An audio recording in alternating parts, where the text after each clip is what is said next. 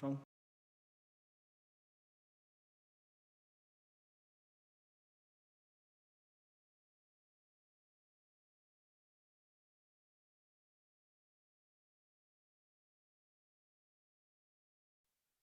Two, one, two.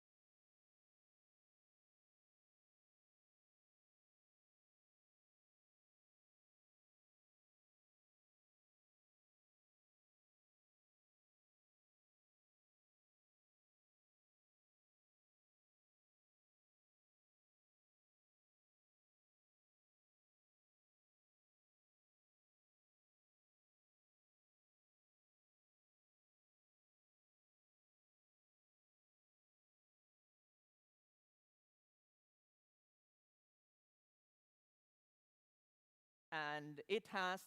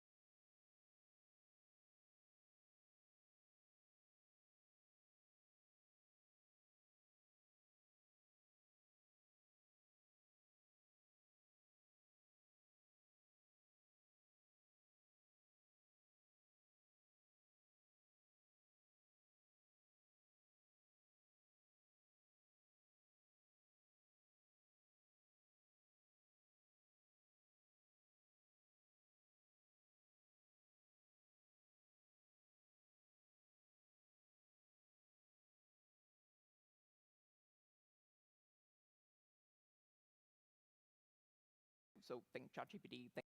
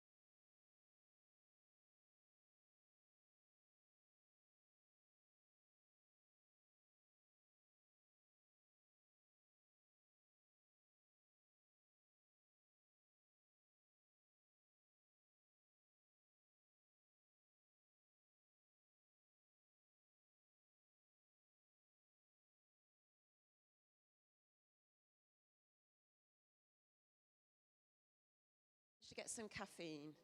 Yeah, up late watching the football last night, maybe? Who was? Yeah, a few of you. A few disappointed Scots in the audience, maybe. And some happy Brazilians. I've met a couple of those already today.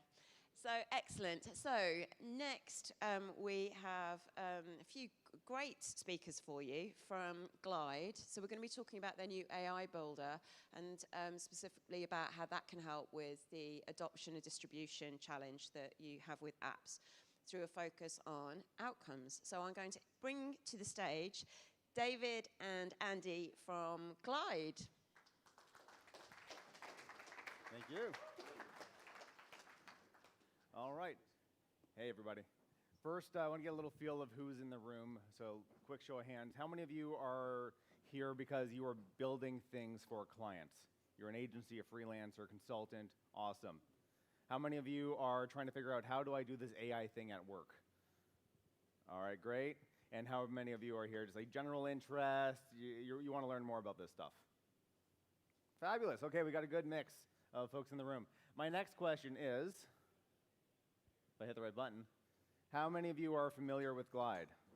Show of hands. Okay, awesome. For those of you who aren't familiar with Glide, we've been around for a little while now, about 6.5, 7 years. Traditional no-code, low-code platform, building apps from spreadsheets without code. We've been doing this for a while, all in one platform. But that's not what I'm here to talk about today. It's not what we're here to talk about today. What I want to talk about is this. This might look a bit familiar. So about 4 years ago, Jensen Huang, NVIDIA CEO, made this callback to a very famous quote about software eating the world. And his update, his proclamation to that, was that software is eating the world, but AI is going to eat software. And what did he mean by that? At that time, we were looking at AI as a way to help us use the tools and use the software that was available. But what was going to happen is that software would be consumed by AI to the point where AI is going to be the interface that we interact with. AI is going to create software for us. Now, we started looking into this ourselves a couple years ago, doing our own research to figure out, could we take generative AI, what was available at the time with GPT, to build Glide apps by putting in a prompt. And it was pretty interesting research. It was pretty good stuff. But it feels by today's standards a little bit primitive. But if you look back, and we have the whole write-up on our site, if you look back, it does feel a bit like a foreshadowing of what was to come. And that's where we are now. Turn your idea into reality. Vibe coding lets you build software, build whatever you want. You can make it real. Some highlights of ads you may have seen around the city, on the metro. This is the thing that everyone is talking about. Building software isn't hard anymore. It's amazing, it's inspirational, and I think it's one of the big reasons we're all here. But if building software isn't the challenge anymore, then what is the challenge? Actually getting this stuff adopted. A little snapshot here from the Financial Times. If we look at the effect of agentic AI, generative coding, the amount of software being released, the amount of apps being published through the roof, but the adoption and the usage of that software is flat, if not on the decline. So how do we address that? It's one thing to go and build the software, but how do you actually make sure that it gets used? Now, thankfully, we've been doing this sort of thing for a little while. Some of our customers that you might recognize, HP, Hilton, Airbus, Health Aid Kombucha, Illy Coffee. Companies like these rely on Glide apps to run their critical business operations. And we're talking about millions of business users logging into these apps every day to get work done. And like I said at the top, about 7 years of doing this. So what have we learned from that journey? 3 big things. First off, don't go in with a completely blank slate.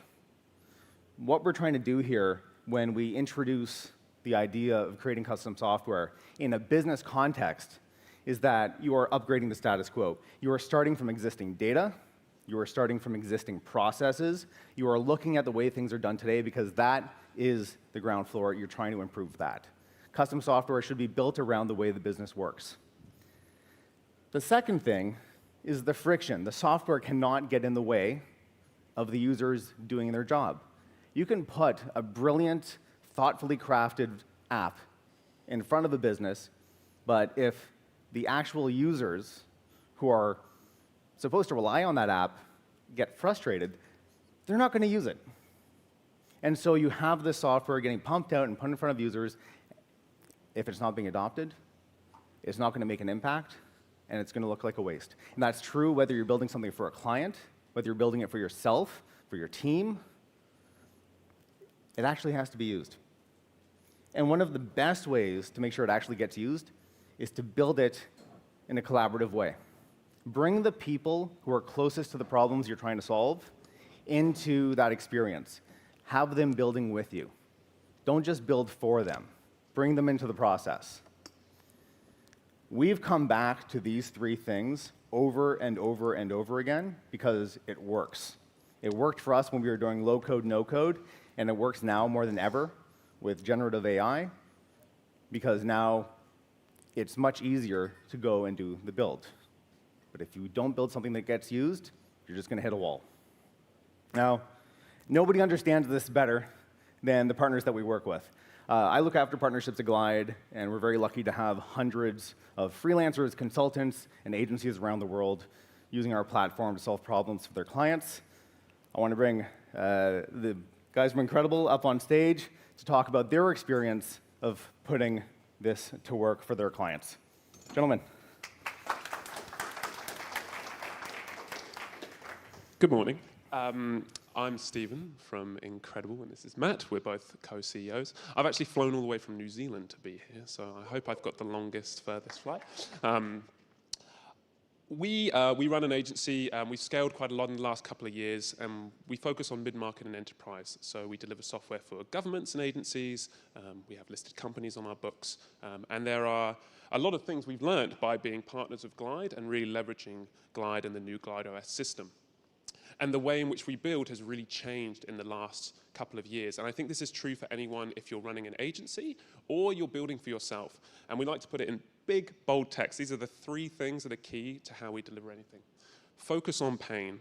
We'll be at the Glide booth, and if you come to us, the first thing we'll ask you is, what is the pain that you're dealing with? What does your day-to-day look like? What is the thing that you get to your desk and you go, I hate doing that. There's always, if it's not you, there's always someone in your company who has a spreadsheet that they hate using. It's normally tying a bunch of things together to make sure that those things are congruent, right? So that's normally a good place to start. What is the pain? And then when we look at that pain, we want to go, okay, well, how can we get an outcome for you that solves that pain fast? We don't do big digital transformation projects. We do fast month sprints. Our clients work with us on a monthly basis, and each month we agree on what can we achieve this month that's going to be high value for you.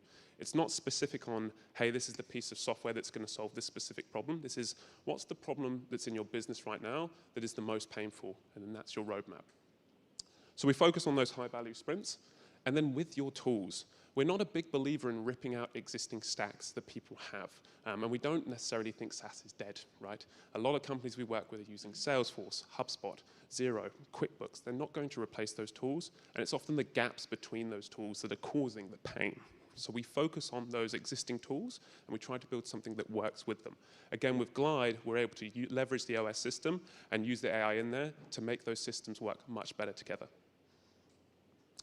And so where does this fit into our approach? Well, with Glide, you start with a spreadsheet. And with a lot of our clients, that is the first place they start to figure out their pain. This is the #1 language for non-technical people to figure out how they solve a problem, especially if they're trying to manage data in lots of different tools, right? They go to a spreadsheet, and they try and figure things out, and they share that with someone in their team. But it's littered with problems: version control, access, linking to live data. It's a really hard thing to build something that works. But it's a good place to start, because it has structured data. So we can use that to build an application. Now, an application is a forcing function for the quality of that data, what those users need from that thing, how it links to those existing tools. And Glide is the perfect platform for us to do that. It allows teams to consolidate and figure out, hey, what do we actually need that's going to work for our team that isn't this spreadsheet? That becomes a stepping stone for then leveraging AI, right? Because then you now have this complete data set that works for you, right? So for any AI project we work with, it's all about context. And an app that's built on Glide, leveraging a spreadsheet, has the richest context possible. So this is what we're seeing is the line of development that we're working with. And we don't like talking about AI and Glide and apps in theory. We like to say, hey, this is actually something that we've achieved. So this is Tenant. This is the big company you've never heard of. If you've been in an airport and you've seen one of those guys driving those little things cleaning the floor, or those AI things, that's them. So they're the largest producer of cleaning equipment in airports and warehouses around the world. Their sales team was doing all of their quoting on an Excel spreadsheet. So all of their field reps would go out to a client and say, okay, great, you want this, this, and this. They'd have to go back to the office, go into the spreadsheet. They had to check they had the right version. They had to check that it had the right stock levels. They had to check that they could do the right discount, et cetera, et cetera, et cetera. A very slow sales process. So we took that spreadsheet and we made this app. It's a live field sales quoting application, and it's reduced their speed. It's reduced their speed of quoting to around 1 to 2 minutes live on site, linked to all of their data. But the important thing here is that the spreadsheet is the key thing here, because businesses are integrated. Sales is integrated to operations, which is integrated to customer service. So now we have 3 departments working with us on different applications. This was just the start of our relationship with Tenant. Matt's going to talk a little bit more about a bit of a spicier thing that we've had to make with them and some of the consequences of an Excel spreadsheet. Well, the interesting thing about the sales quoting tool from a spreadsheet was if you went in and you made the spreadsheet and made the quote, printed off as a PDF, sent it to a customer, a week later the customer said, hey, we actually want some changes, can you add some of these accessories, can you change this? They have to go back to the spreadsheet, redo it, reprint it, send it back by email. Could not believe that that was happening. So the sales quoting tool was very easy. We did that, built that with Glide, and then they said, well, we need live stock on hand. We said, well, that's great. Where's your stock live? In a spreadsheet. They have 5 people every month. Only once a month will they update this. They have to download reports from SAP. Takes them a long time. This is live. This is not live. This is a real screenshot from their spreadsheet. And it's cumbersome. There's a huge number of tabs, something like 40 tabs of different reports they've pulled, because the first tabs they pull as downloads don't actually have the right formatting, the right structure. So they do all this pulling. It's not live. So they do it once a month because it's so cumbersome to do. And so we said, that's perfect, because now we are going to connect that directly to your database so that your sales team have live stock on hand. They can quote directly, and if it's not on hand, they can then say what the next order is coming, like when the next order is coming. So this right here, we're just looking at the forecast section. You have to scroll to the right to then find out what the upcoming orders are. You have no live inventory, like when that's coming, like what ship that's arriving on. The next one after that is what was previous sales for that same product. It's a terrible interface. I love spreadsheets. I'm a spreadsheet wizard. I love spreadsheets. Not a good interface for a whole team to be using their stock on hand. So they ended up with $2 million worth, oh, I probably couldn't say that. Anyway, they ended up with a lot of stock that they didn't need to have. And so what we then built on Glide is then a connected tool that's nice and visual, can have orders of priorities of what needs to be ordered first. Here are the things they can see all on one screen instead of having to scroll to the right. This automatically does everything. The agentic AI pulls all the information. We see this, and then it's easy ordering, connected straight back to the database. Now, from my point of view as a digital person, I go, well, this is just obvious. Doesn't every team want this? And that's why we love asking about pain. What is the pain? Because often people are in spreadsheets and they just put up with it. Sometimes someone owns that spreadsheet and they say, this is how we do it. Like, don't touch, don't touch. Because the other thing about this spreadsheet is some of these are formulas and some aren't. But you don't know that because someone's overridden something and gone, oh, that's 5, that's 10. And so someone coming in, some of this data was back from 2024, not updated. And so you go, this is not a good use for team planning and up-to-date information. So connecting your tools for different departments of the same data makes a lot of sense.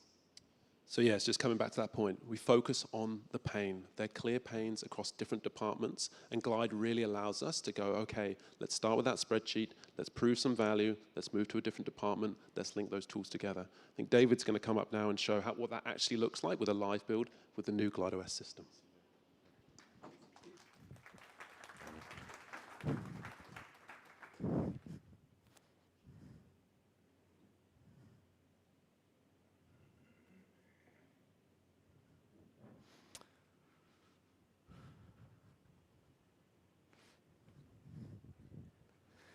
Can we resize this?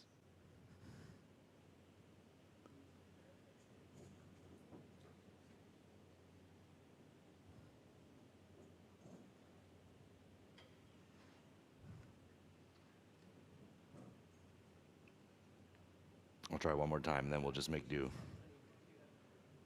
Settings on my computer. I just picked a window. Let me change.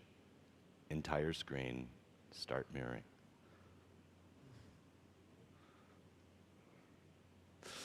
It's okay. Hello, everyone. Thank you for coming. I'm David. I'm the founder and the CEO of this company, Glide. And, okay, let's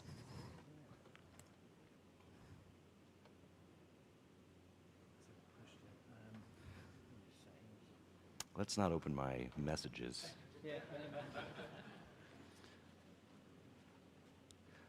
I can still do it in microcosm.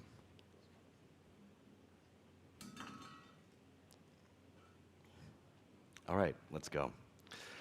So I want to take you on a little, I want to tell you a story about our approach to AI software at Glide. Well, now we have nothing. Stop mirroring, choose content.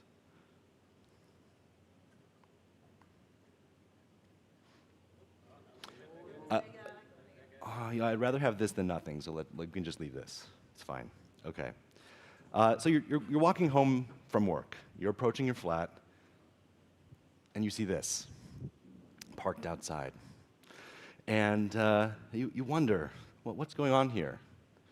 And you see this man standing right beside it.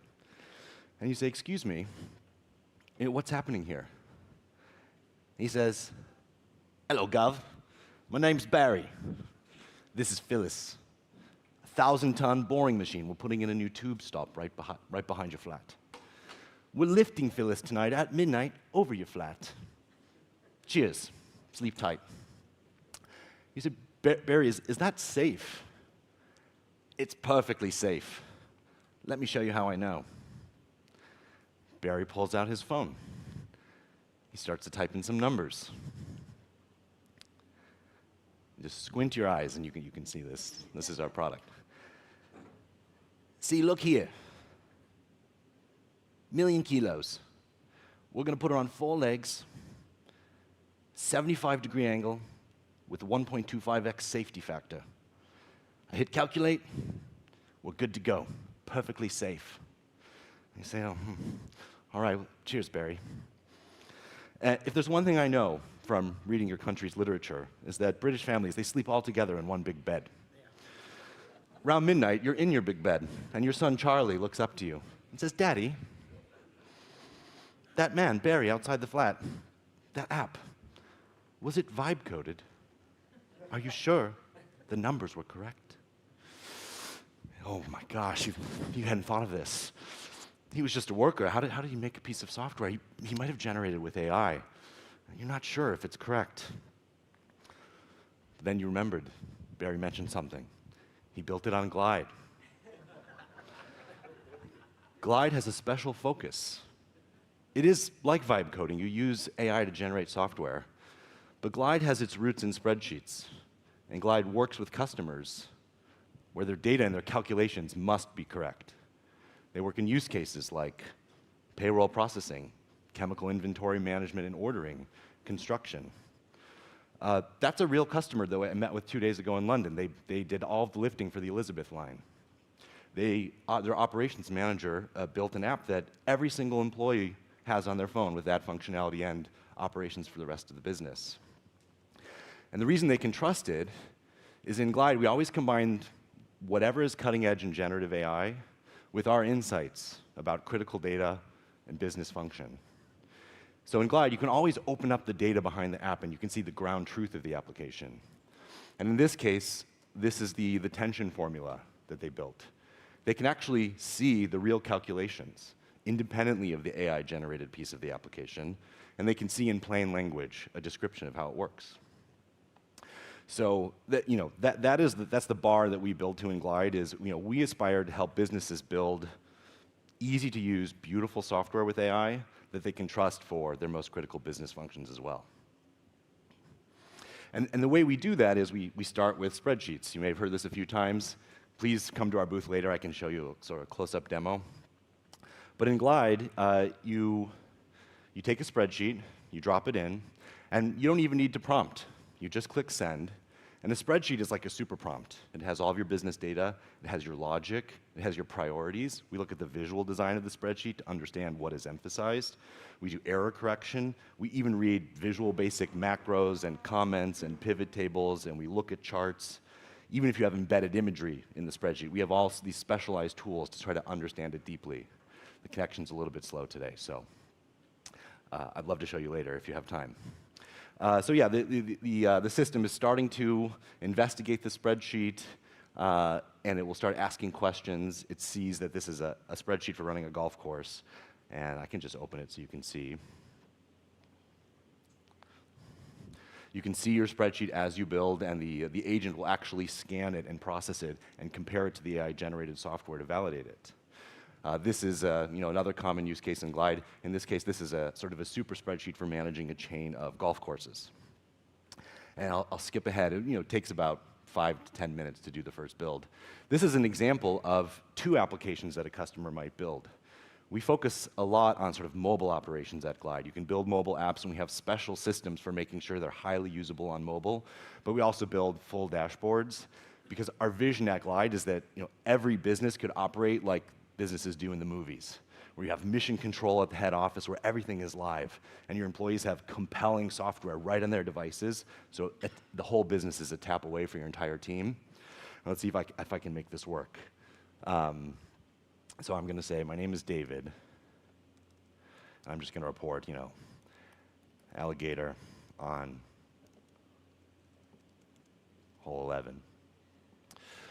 One essential property of Glide's system is that the apps share data, and they're all designed to operate together in real time. So someone in the field reports an issue, and you can see there's sort of an instantaneous live update on the other side of the app. And some businesses don't need to operate in real time. We have many customers where they need their field and their back office to coordinate, and they have like a 5-second threshold for this data to move around. And you heard from Incredible, most businesses operating on spreadsheets, they're on a daily cadence at fastest. That's how fast they can email a new copy of the spreadsheet around. Now, sometimes they are on a monthly or an annual cadence to reflect on and understand this data. And when you build in Glide, we make it all real time.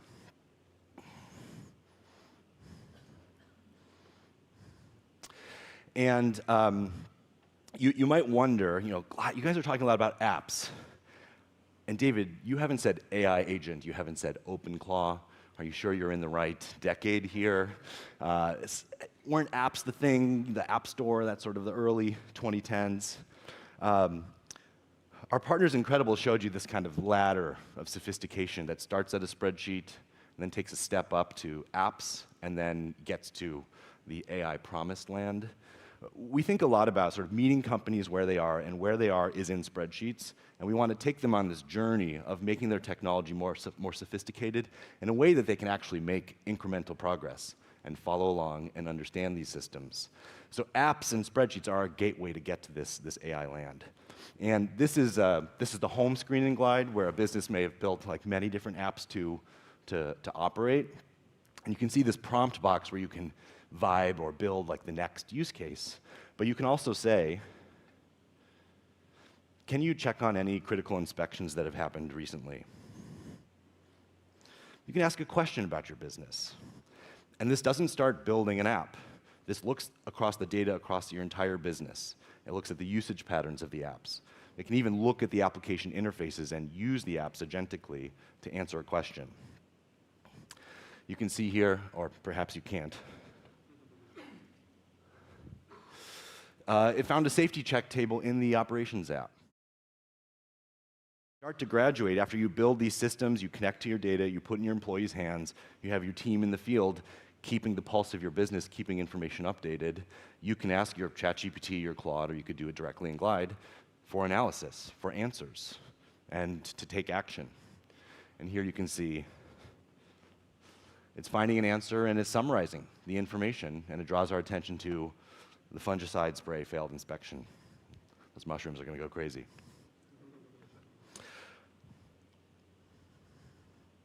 So yeah, that's the story of Glide. We start with something that the whole world runs on, and every business is familiar with, a spreadsheet. You can drop it into Glide, and Glide will understand the data, the formulas, and even look at the visual cues. It'll normalize your data, often finding errors. This is one thing that I found is our customers actually don't want a faithful translation of their spreadsheet because these spreadsheets are riddled with errors. Our colleagues mentioned it, and we always find missing inventory, inconsistent customer data. So we don't guarantee that we can solve all of that, but that is an interesting byproduct of using the system is it will discover these things and give you feedback in some cases. We load that data into a high-performance application database, and we load your formulas into calculations that you can look at and understand and check without looking at code. And on top of that, we build user-friendly apps for every device you use in your company, and these applications are connected by shared data in real time. So your business can operate in real time, and you can give AI real-time context of what's going on. If it's not legible, you may have heard this term, making your business legible to AI. If AI can't query and can't access the information, then AI can't help. So this is a foundational layer for how your business can operate to get that, to bring AI into the loop so it can start to help you out.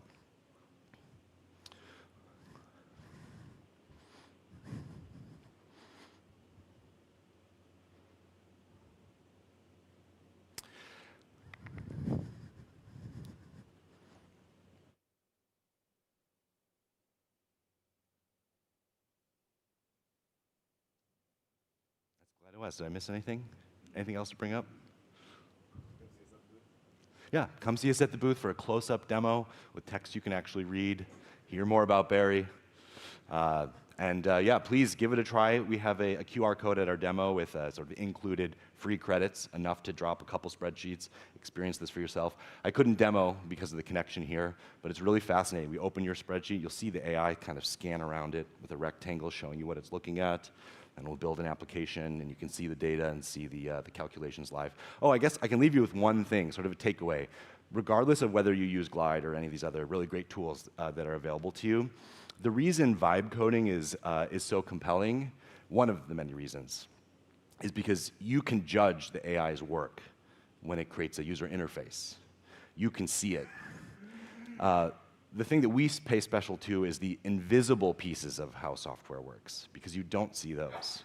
In the case of Barry, sort of the tension formula is not visible to you when you're building in sort of a standard vibe coding tool.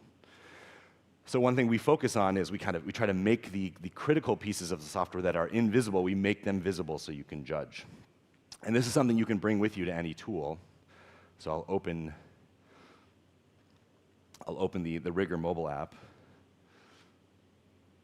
In this case, Glide built a supplementary application without sort of the documentation of the formula, a reference with sample calculations, and sort of a real-time log as people are. So if we say, if we put a calculation in, this sort of it's at the bottom, but there's a sort of a real-time log of all the things that are happening in the business, and now this company can say, were there any dodgy-looking calculations performed recently that we should draw our attention to give our team better training? And Glide can answer it like that. So yeah, this is a technique that we call instruments. It's just kind of a fun takeaway. If you're vibe coding, I recommend build a supplementary application that kind of reveals the inner workings and can help you understand how the invisible parts of your app work. We make it super easy in Glide, but you can do this anywhere. Thank you.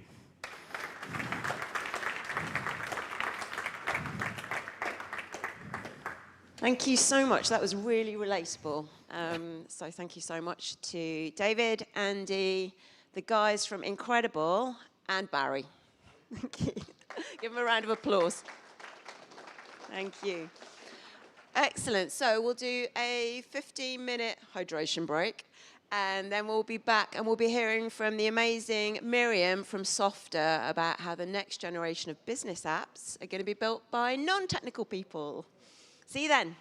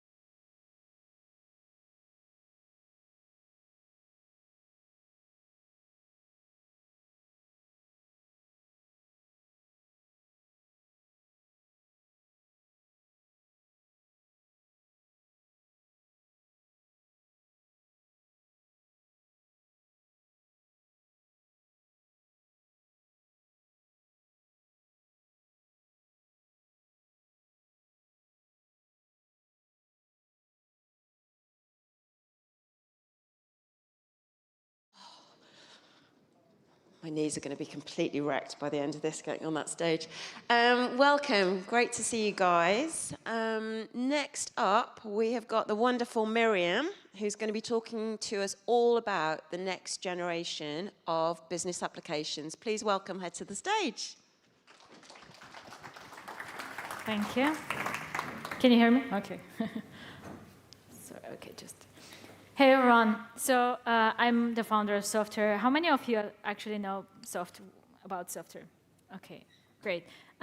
So I hope everyone else learns more about what software is today. And today I'm going to talk about how we at Software think of the next stage of software development. So AI has changed everything. And I'm sure you have, so everyone has heard of AI, and today you hear more about AI than your name, and it's becoming exhausting.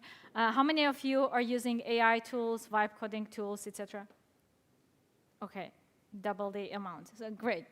So we were told in the past, about 10, 20 years ago, for the past 10, 20 years, that everyone would learn to code, right? Everyone can become a developer, which didn't happen apparently.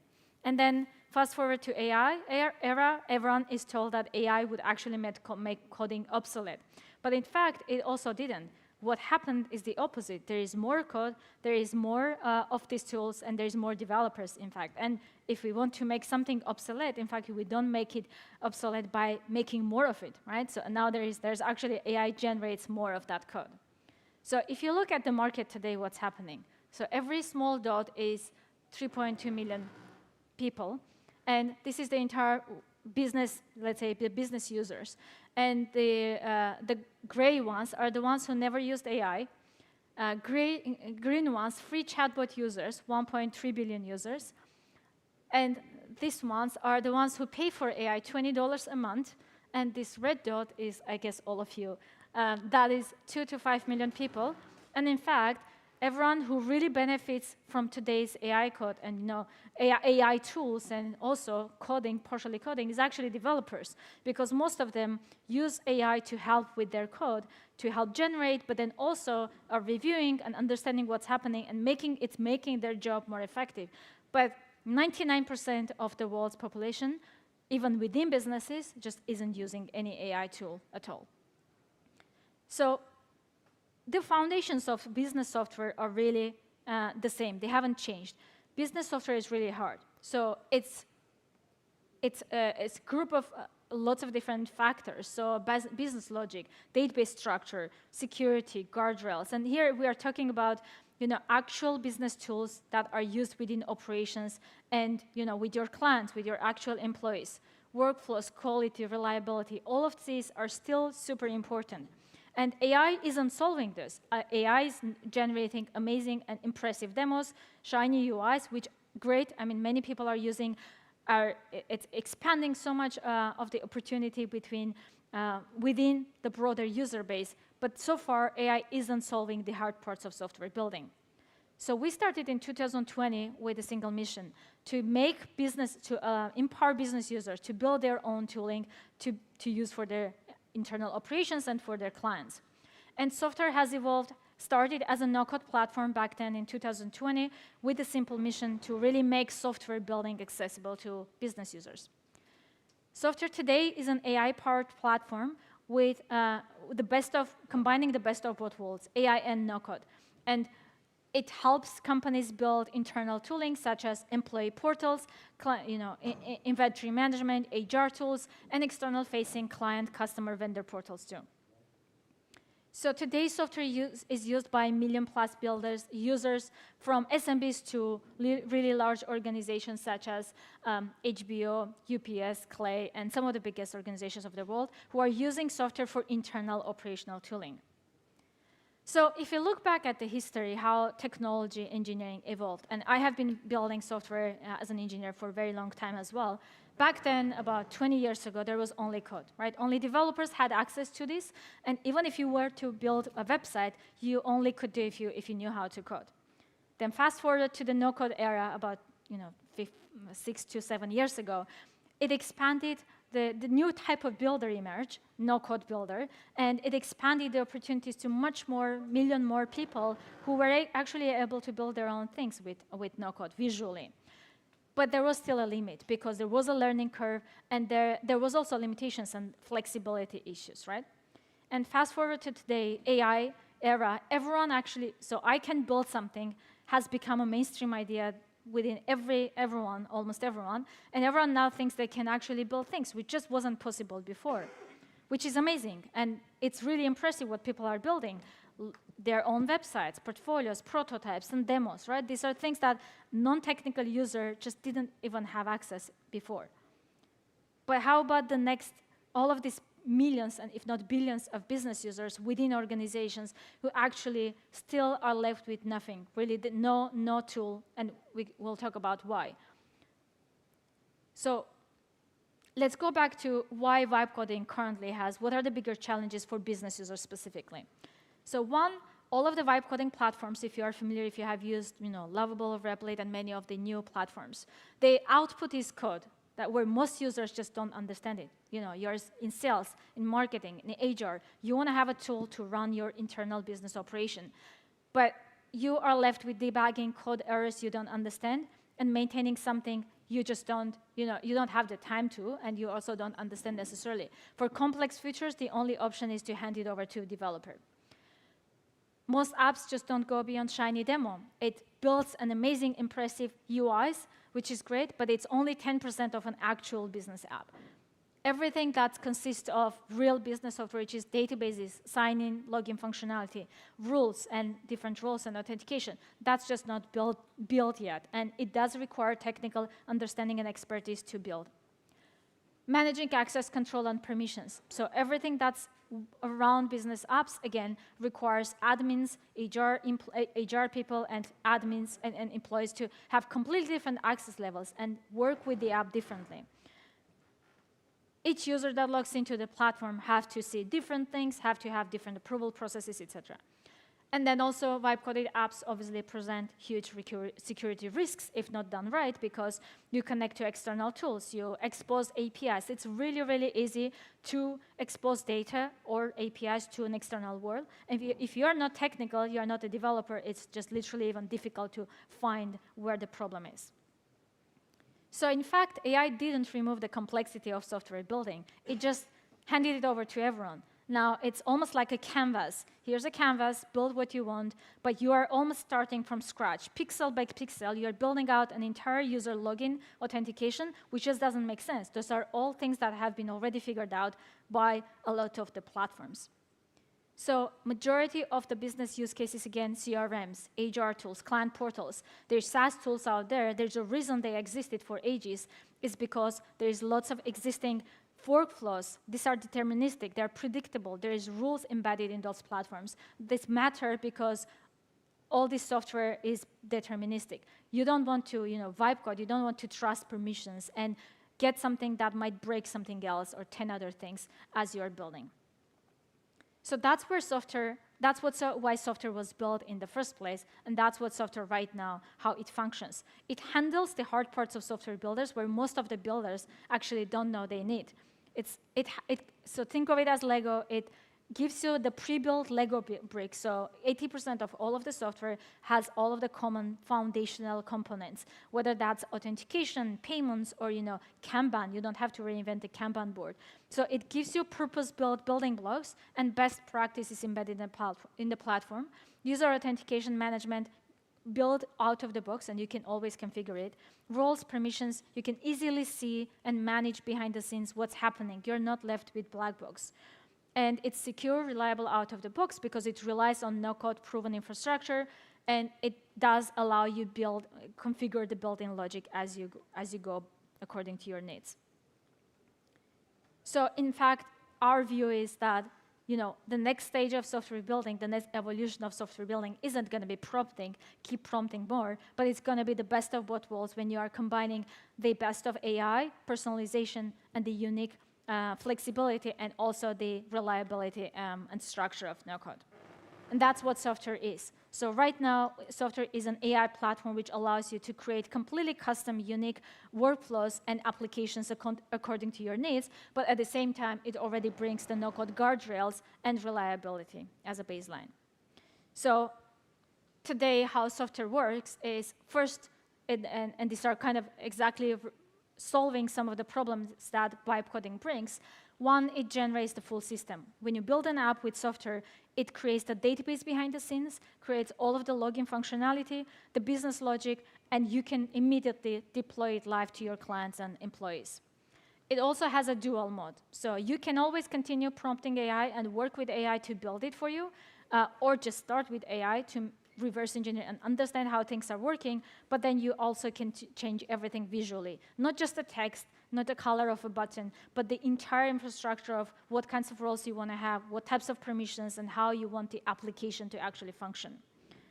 And there's no black box, right? When you work with vibe coding platforms, I'm sure a lot of you who are non-technical, you have felt that it does something, and you pray and hope that it did it right, and it works.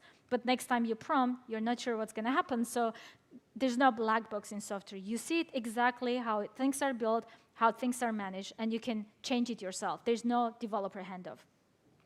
And secure and access control. So it does build in, like mentioned, the user groups and permissions from the get-go. You can always adjust, add more, or customize it to your needs. And it's also secure from the get-go because it never hallucinates. It has these deterministic workflows already pre-built.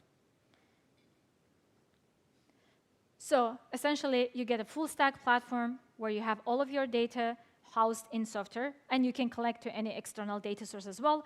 You have the interface to build your unique custom functionality and applications and workflows as well, which is a similar platform to Zapier and Make, where you can create really custom business logic, whether, let's say, you're building an approval system, you click a button, something happens and things are changing, as well as you get an email notification, your clients get notified, or your team gets notified on Slack, etc. So really customizing it to your existing workflows and existing tools. So if 2025 was the era of shiny demos, in 2026, we're moving from prototype to really useful business software. And finally, software will be democratized, not because we simplified code or helped generate more code, but because we simplified creation, and because we made building hard things easy for non-technical users and business users. That was it.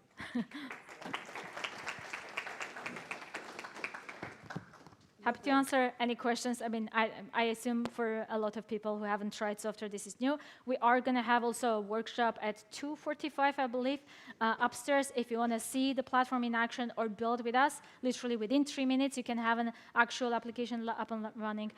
You can join us on the workshop, but if there's any questions, happy to answer. Are there any questions? Anyone got any questions? We could get a couple of minutes. Yep. 2 seconds. Can you hear me? Yeah. Sure. For like an entrepreneur who's trying to leverage everything that's changing in AI, where do you think the potential business opportunities are? Like, do you feel like before, when SaaS was quite a good opportunity, creating SaaS softwares that were sticky was, from a commercial point of view, quite a good business model? Where do you think things are heading now? You mean for you as someone building for either external B2C users, so as a founder? As a founder, yeah. Well, I mean, it comes back to you as well. What do you want to do? But I think the opportunities are always there. There is exactly like actually with Lovable Repli, there is a huge opportunity to build lots of ideas from scratch. I think they do an amazing job of kickstarting and building the first versions of their apps, or at least for prototypes, right? Testing it in the market, etc. But if it comes back to what is the potential in the market, I think right now, today, most of our customers are actually living in spreadsheets. So when people actually ask who are the competitors, and they come to us evaluating software versus something else is not another no-code or AI platform. Typically, they live in spreadsheets, they have literally paper forms they are running and collecting information from their employees. That's 90% of the entire world's businesses. It's many businesses living in non-technical industries especially, manufacturing, real estate, insurance. So actually, there's a huge gap right now. So anyone who is running business, agency business, for example, to build things for those clients, to enable them to help build things, I think usually they're growing really fast today. Thank you. Thank you very much. Anybody else got any questions or thoughts? No? Brilliant. Thank you so much. Can we have a round of applause for Miriam, please? Thank you. And what time was that workshop? 2:45, I believe. 2:45. Go check it out. I've used software. It's brilliant. So we're going to we've got a break now, so you can get some more caffeine in or grab some lunch. We'll be back at 1 o'clock, and we've got Raj here from IKEA, who's going to be talking to us next. So come back. We'll see you at 1 o'clock. See you then.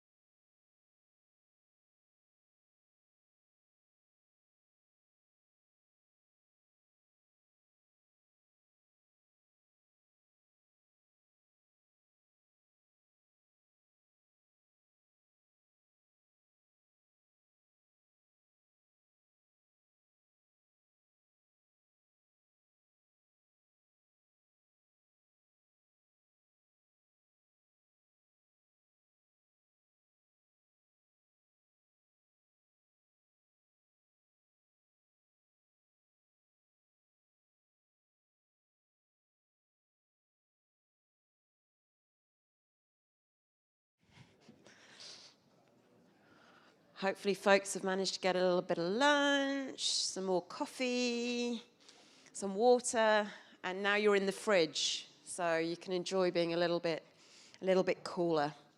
So we've got a treat for you next. We've got Raj, who's joining us from IKEA, where he's a software engineer. He's going to be talking to us about why AI fails on company-specific questions, and how you can turn messy documents into structured knowledge bases.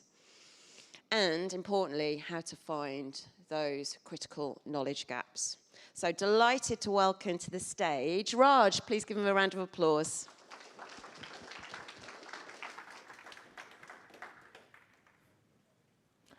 Hello.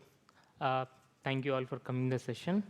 I hope nobody is sacrificing their lunch for my session. If so, I'm so thankful for you for attending. I'm Raj. I work as a staff software engineer at domain within IKEA. So if your parcels are getting late, you can complain me directly. And I have like almost 20 product teams working under my leadership when it comes to engineering, technology, and AI. And we've been investing on AI and AI adoption for almost like many years. And we consistently saw a problem of AI understanding the business. And I think like what we did can help so many people. So today is my talk about how AI can understand your business.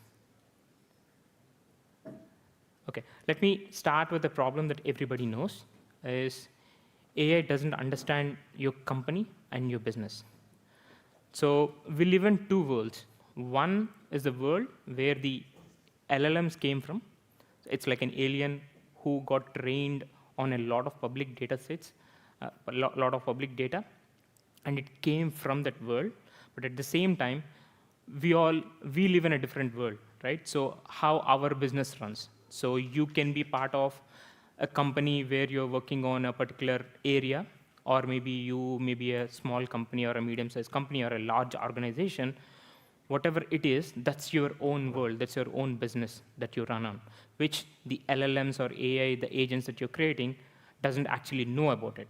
So because of it, you cannot get the ROI that you wanted from AI. So the only way to fix this is to merge these two worlds.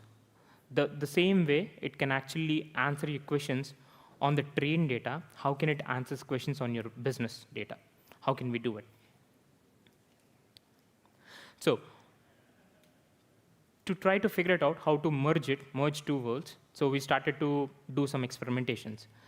And the first thing that we did is, fine, right now if you're using Claude, how many are using Claude, Opus models? Okay, everybody. 4.7, the latest one? Okay. So you already know you can actually send 1 million tokens in it, right? So literally, like, you can put the whole Harry Potter book series into it in one prompt. So our assumption was the same, right? So we thought like, okay, we have a lot of written documentation that we have of our business. So why can't we just throw all the documentation in the prompt, in the context, and just ask it to figure it out, how can we do a task? For example, we have different tasks. For example, it can be a customer support ticket, or it can be a work item like a Jira ticket, or maybe you're working on some kind of an incident in the company. So all three tasks need some kind of a business knowledge, and it is written somewhere in documentation, right? So when I talk about documentation, it can be anything. It can be an Excel sheet, a Word document, or maybe you put it somewhere in conferences, Slack channels you talk to your colleagues, or like in WhatsApps, groups that you run your business, anything. So all the documentation that you have, can't we just put that in a 1 million token window and just give it a task and say like, hey, you have 1 million context of knowledge, just figure it out how to do a task. So that is the experiment that we did, and see whether it's going to work or not. So here is what we learned when we did it. 40% of the knowledge, the business knowledge, the world that we live in, it was never written down, basically, because we humans have a habit of remembering things and working rather than actually document and writing something. I'll give you an example. So I'm from Netherlands. I had a plan to actually buy a house in Amsterdam, and I went to the real estate agent who runs a very small company with 6 people. So at the time, I was asking a lot of questions to them on, hey, what is the rule around this one? Or like, how can I buy a house with this kind of an interest rates coming down, things and all. So most of the time, they were verbally communicating all this information to me, all these business rules and logics or also how their business works.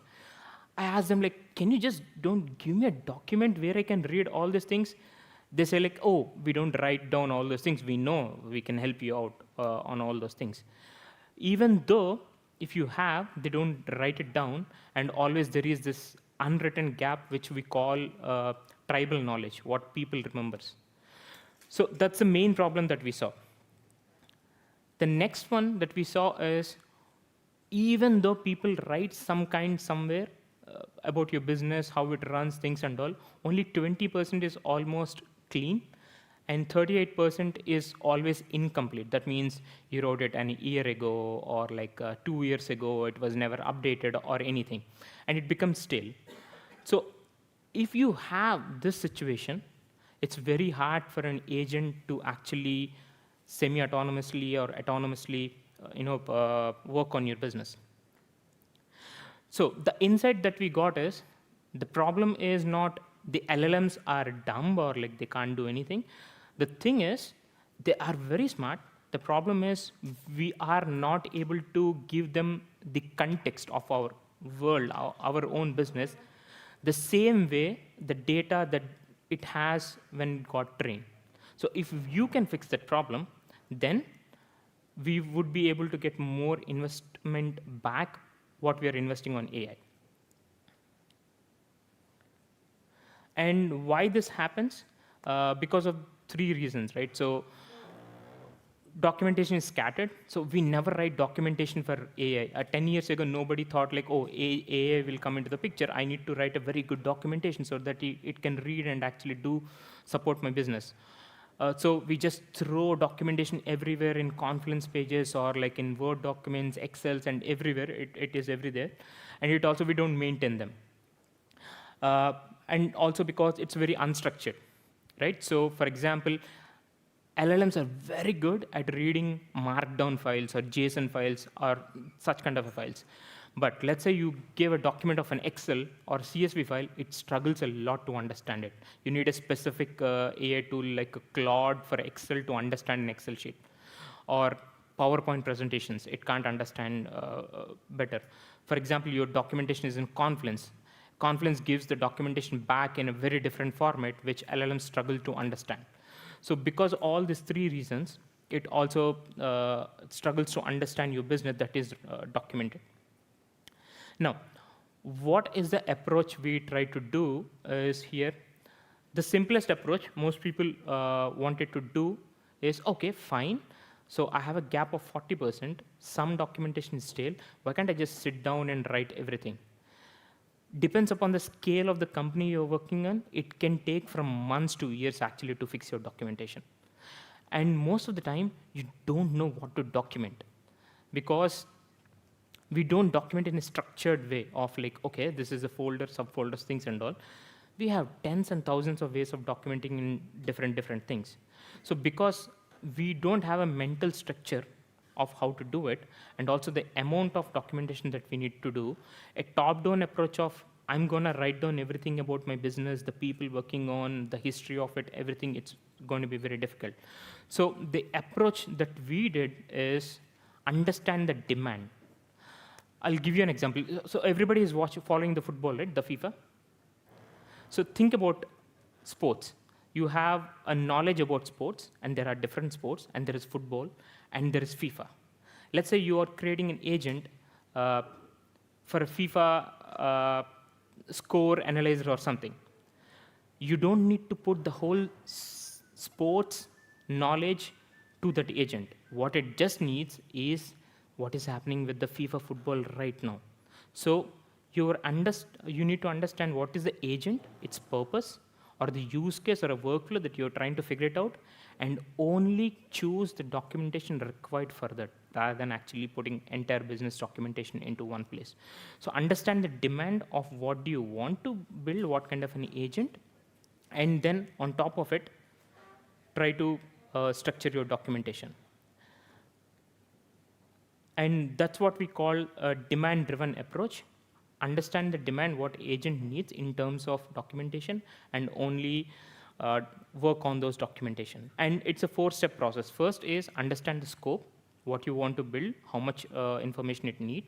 Next one is extract everything. It doesn't matter. It's an images, Word documents, Excel files, everything. Just extract the raw information and give it to an LLM to actually organize it. So what LLMs are very good at is, if you throw documentation, it can actually structure it by itself to understand how your business, you don't need to teach it, it can understand from the documentation. Then the third one is measure it.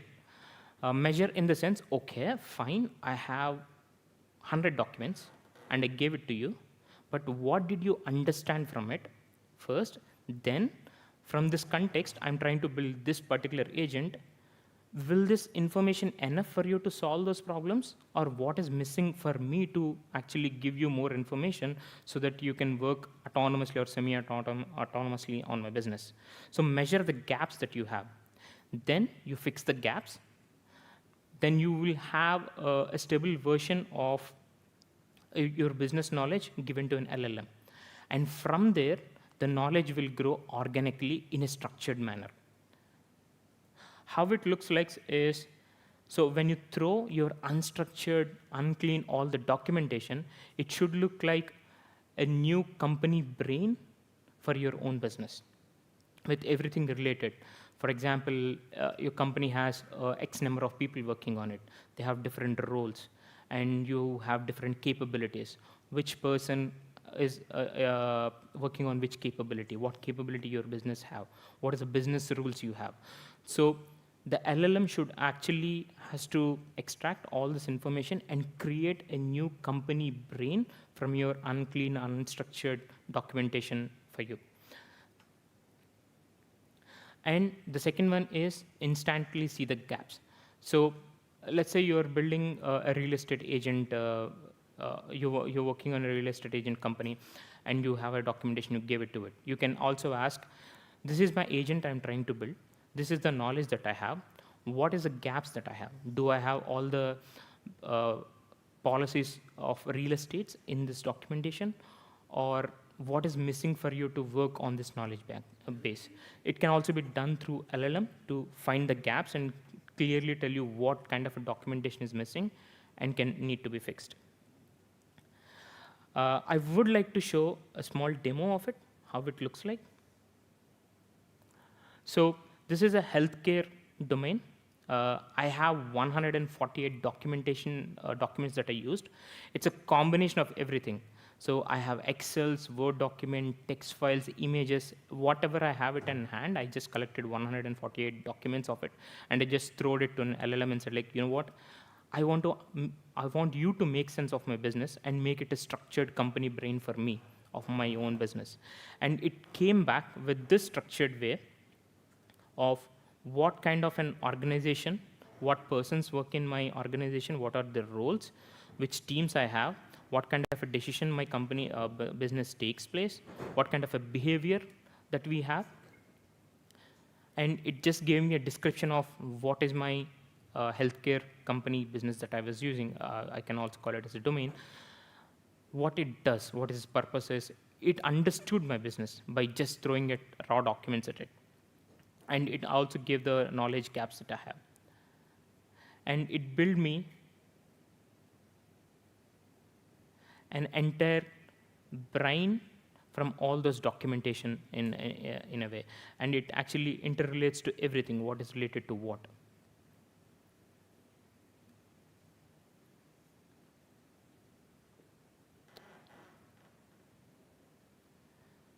And you can see it also creates an entity relationship of which persons, which if you have software systems, what kind of a software systems you have extract from your documentation, what kind of a business processes that you have that can be extracted from the documentation. So it took all the 148 documentation and made a readable and a LLM understandable documentation for you out of it. So why this structure is necessary? Why can't I just, it's the same thing, right? 148 documents are structured one the same. Actually, it solves two problems. One is first, it saves a lot of token cost. If you have 148 documentation and you just ask a question to LLM, it just goes through all the documentation to find an answer for it. But because if you have a structured way of your documentation in like a knowledge brain, just like how our brains work, it also goes for a question of which documentation I look into. For example, if I ask, this person is working in which team, it only looks into a team and the person connected to it. It won't go into all those, it saves a lot of token usage on every query that you can send. Second is the agreement between you and the agent. Sometimes you work with an agent, you give a lot of knowledge to it, but you don't know what it understands and what its perspective of your business. So this will give you a common understanding between you and an agent of, oh, we align with how our business works. And decision-making rules can be much easier if you write down here, and agents consume those business rules and decisions from here, rather than actually just go and go on a hunt and find those business rules.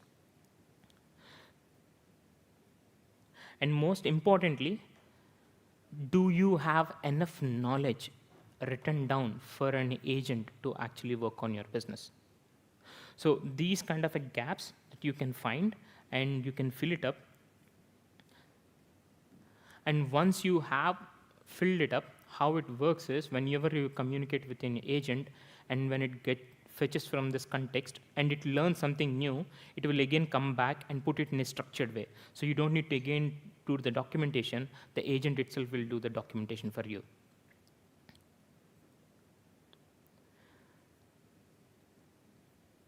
And coming back to the slides again. So how much it costed for me to do all this work? So I did extraction, which means from the raw documents, I took all the information and gave it to an LLM of 148 documentation. And then it analyzed each one of them, structured it. Then it also find out the gaps. All together, it costed me less than $1. It's almost in like 0.88 cents or something. So I just rounded off to $1. So for $1, you can actually create your own business brain out of all the documentation that you have. So the future is, if you're building agents, it's very necessary that you have a clean scope of context.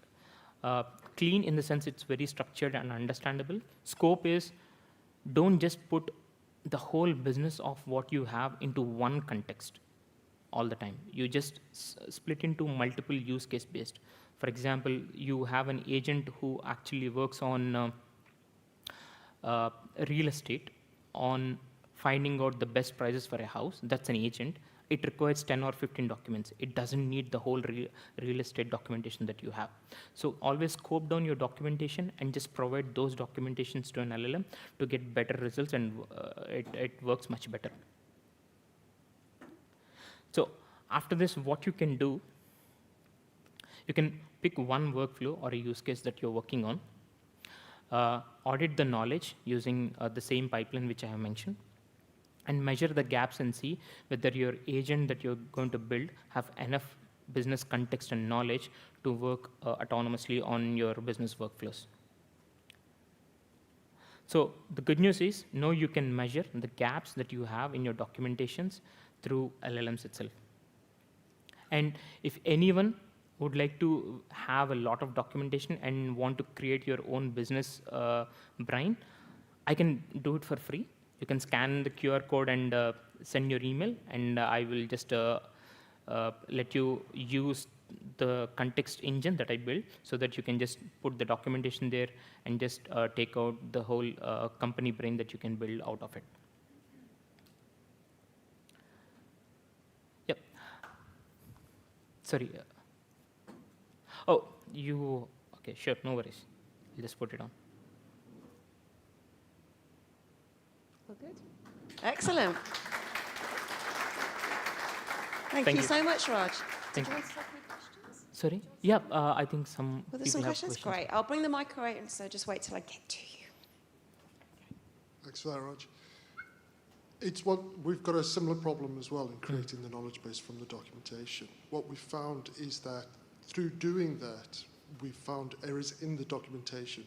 How have you tackled the problem of maintaining that knowledge base? Do you maintain the original documentation, or have you tried maintaining it from the collated knowledge base? Okay. That's the next part that we also did, because I thought like it would be too long for 30 minutes. That's why I didn't include it. So what we did is, so we have this documentation, for example, in Confluence or maybe some kind of a documentation, and this is your context pipeline that you're running. So whenever the documentation updated here, we just did an automation script that whenever you update or delete this document, automatically it just sends it to it. So the document is automatically, again, curated as per this context engine. And from this side, it's bidirectional.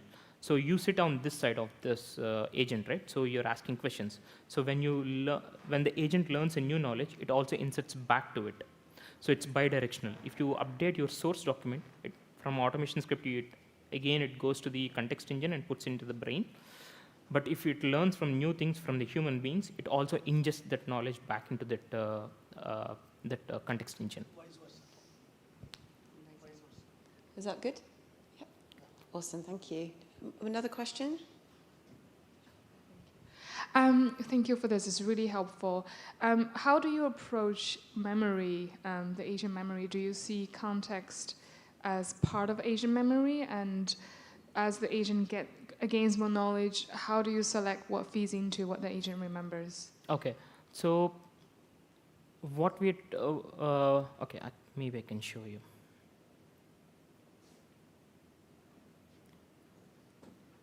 So in the left hand, you can see the structure, right? It's like a child-parent relationship between structure, systems, APIs, things and all.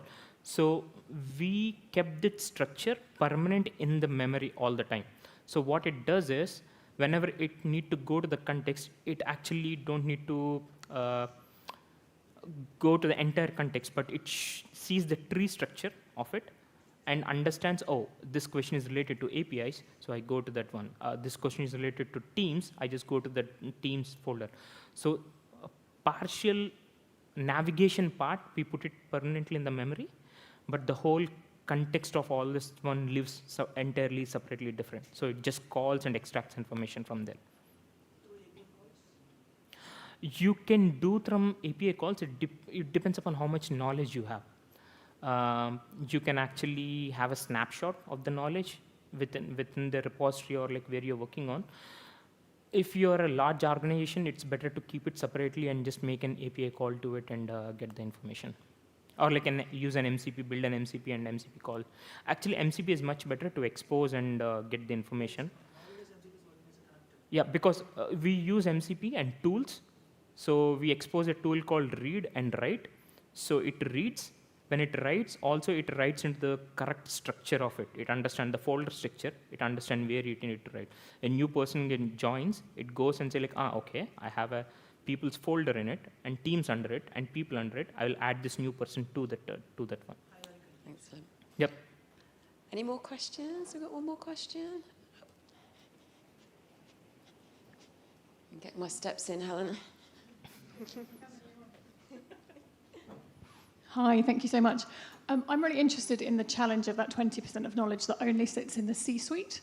And I was wondering if you could speak a little bit more towards how, what you've found are the best ways to start to extract that knowledge and whether there are issues around confidentiality or things that can't be shared and how you're addressing that issue. True.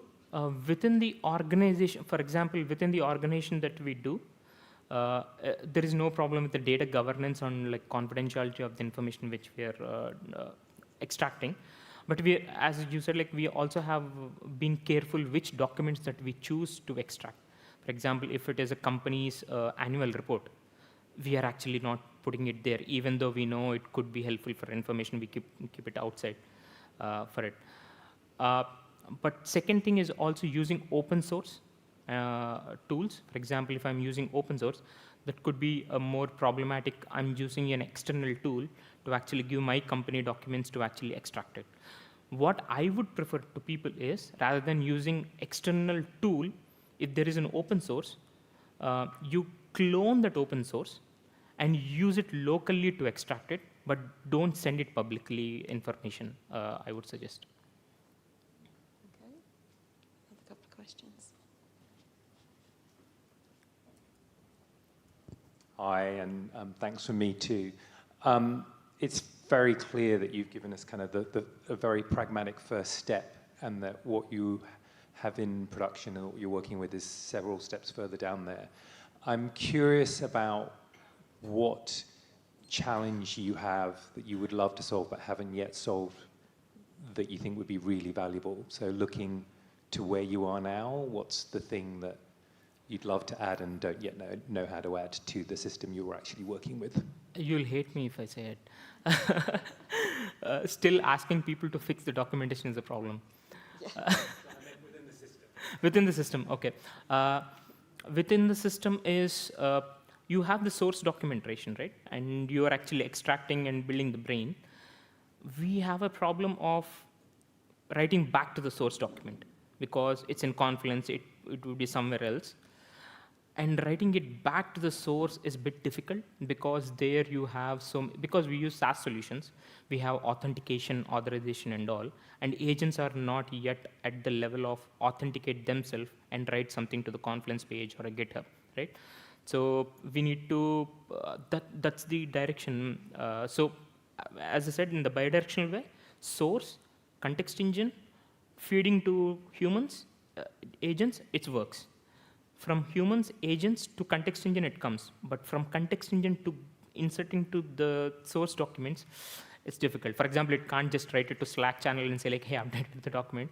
So that's the problem. We're still trying to figure it out. And also people don't want to use a new documentation tool. They just don't want to use what they were using already. So you can't switch them. So that's the pipeline. Still, we are figuring out how to do it.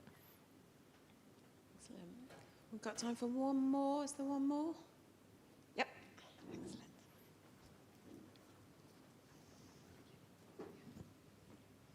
Thank you for the talk. When you said you ingested all the structure or documents and files, there was then like a process that ran to understand if there's gaps in the knowledge. Mm-hmm. How does it know that there's gaps? Okay, so again, a bit more detail of how we did. We also gave a seed context for every context engine. That means seed context is a primary context of, hey, this is my organization, this is how we run the company, this is the software solution. Not like detailed one, but like a 30, 40 lines of seed context of what is the domain or a company that we are working on. So the LLM, once it extracted all the information and put it in a company, this graph, it understands your business. For example, you're into healthcare or you're into logistics, and what your revenue is, where it is coming from. Then it creates some questions. LLM generates some questions of different levels, like technical questions of software or like business-oriented questions. And check in the context, ask itself the question and see like what is covered and not covered. So LLM generates the questions from that seed context and tests those questions across what it is created and understands the gaps for it. You can go more detail. You can write your own questions also. We also have a system where you can create a file and just put 50 or 100 questions there. And we will test it, all those questions, user-written questions, and see whether how much is covered as per the context and see do it. Excellent. Thank you so much, Raj. That was so useful. Thank you for. Can we give Raj a round of applause? Thank you all. And it's not often you get offered free stuff, so do. I think you've just made yourself the most popular man in the conference. So guys, we will be back here at 2 o'clock, and we will have Nicholas from Bubble, who's going to be tackling that question about how you get your apps to production ready. So be back here at 2 o'clock. Yeah, go grab a coffee. See you later.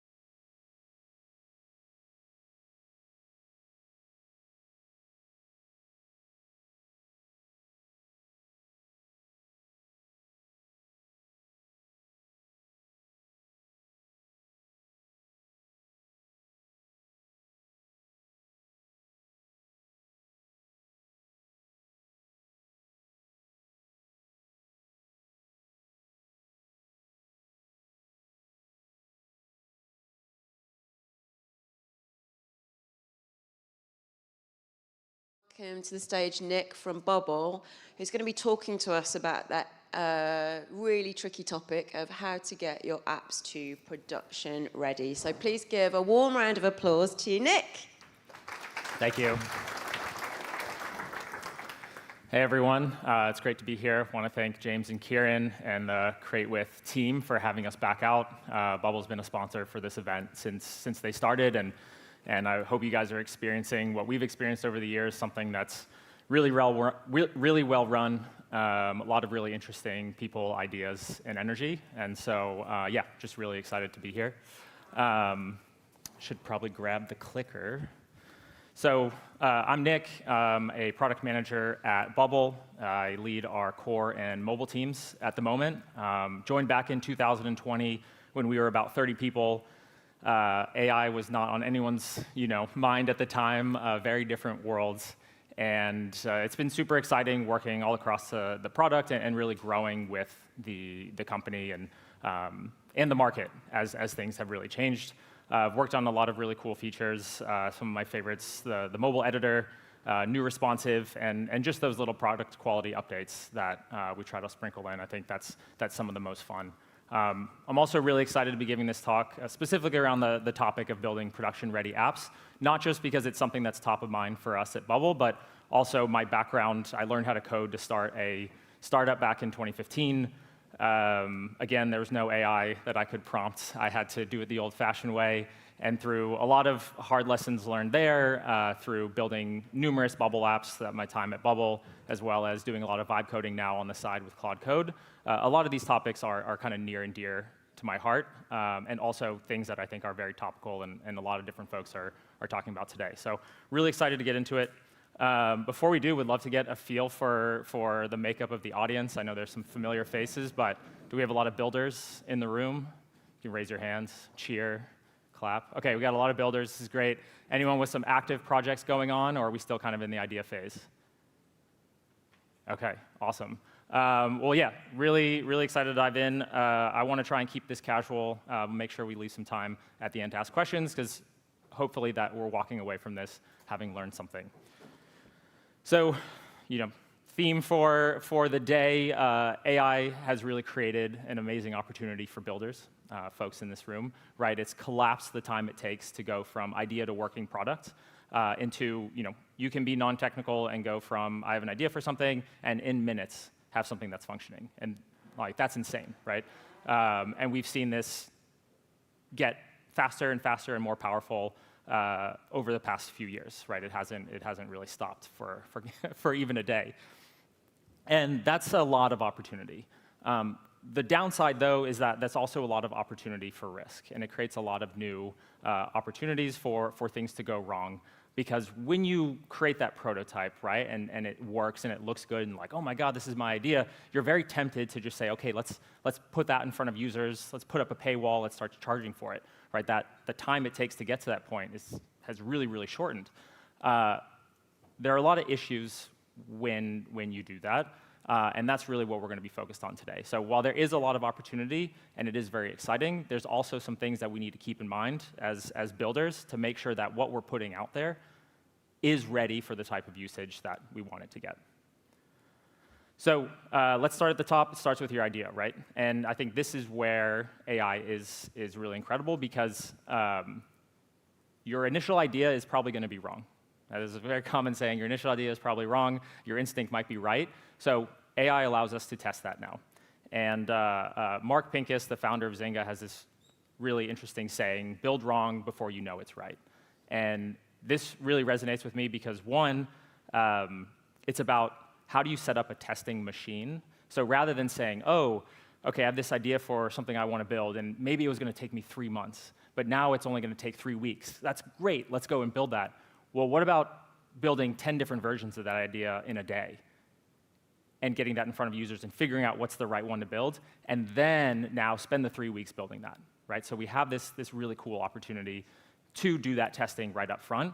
Another part of the build wrong, I think, is about how you go about building it, and that's not caring about quality. That's not caring about the stack or any of the details. It's really about how do we validate that idea. So if we're focused on finding the right idea and we're using throwaway code to just try out a bunch of different ideas, that means we're not necessarily ready yet to get it into production.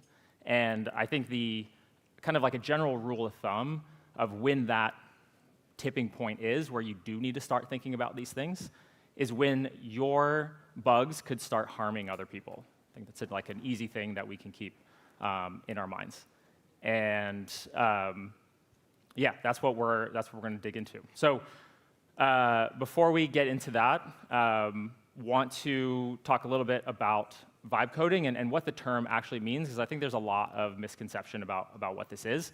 I like to think of it as a method. It's not like a skill level, right? Anyone can vibe code. Even experienced engineers vibe code all the time, right? And that's essentially like you're coding without really reading the lines of code or bothering to understand the nitty-gritty of what's going on. And that is what allows us to operate at superhuman speeds. It's what allows non-technical people to build with code. But that means, by definition, that we're introducing a level of risk whenever we vibe code. And what do we mean by this risk? There's kind of a few, I think, key things that are at stake once we start moving into production. This is not by any means exhaustive, but I think these are kind of 4 key categories. The first is when you have people using your app now, breaking changes become an issue, right?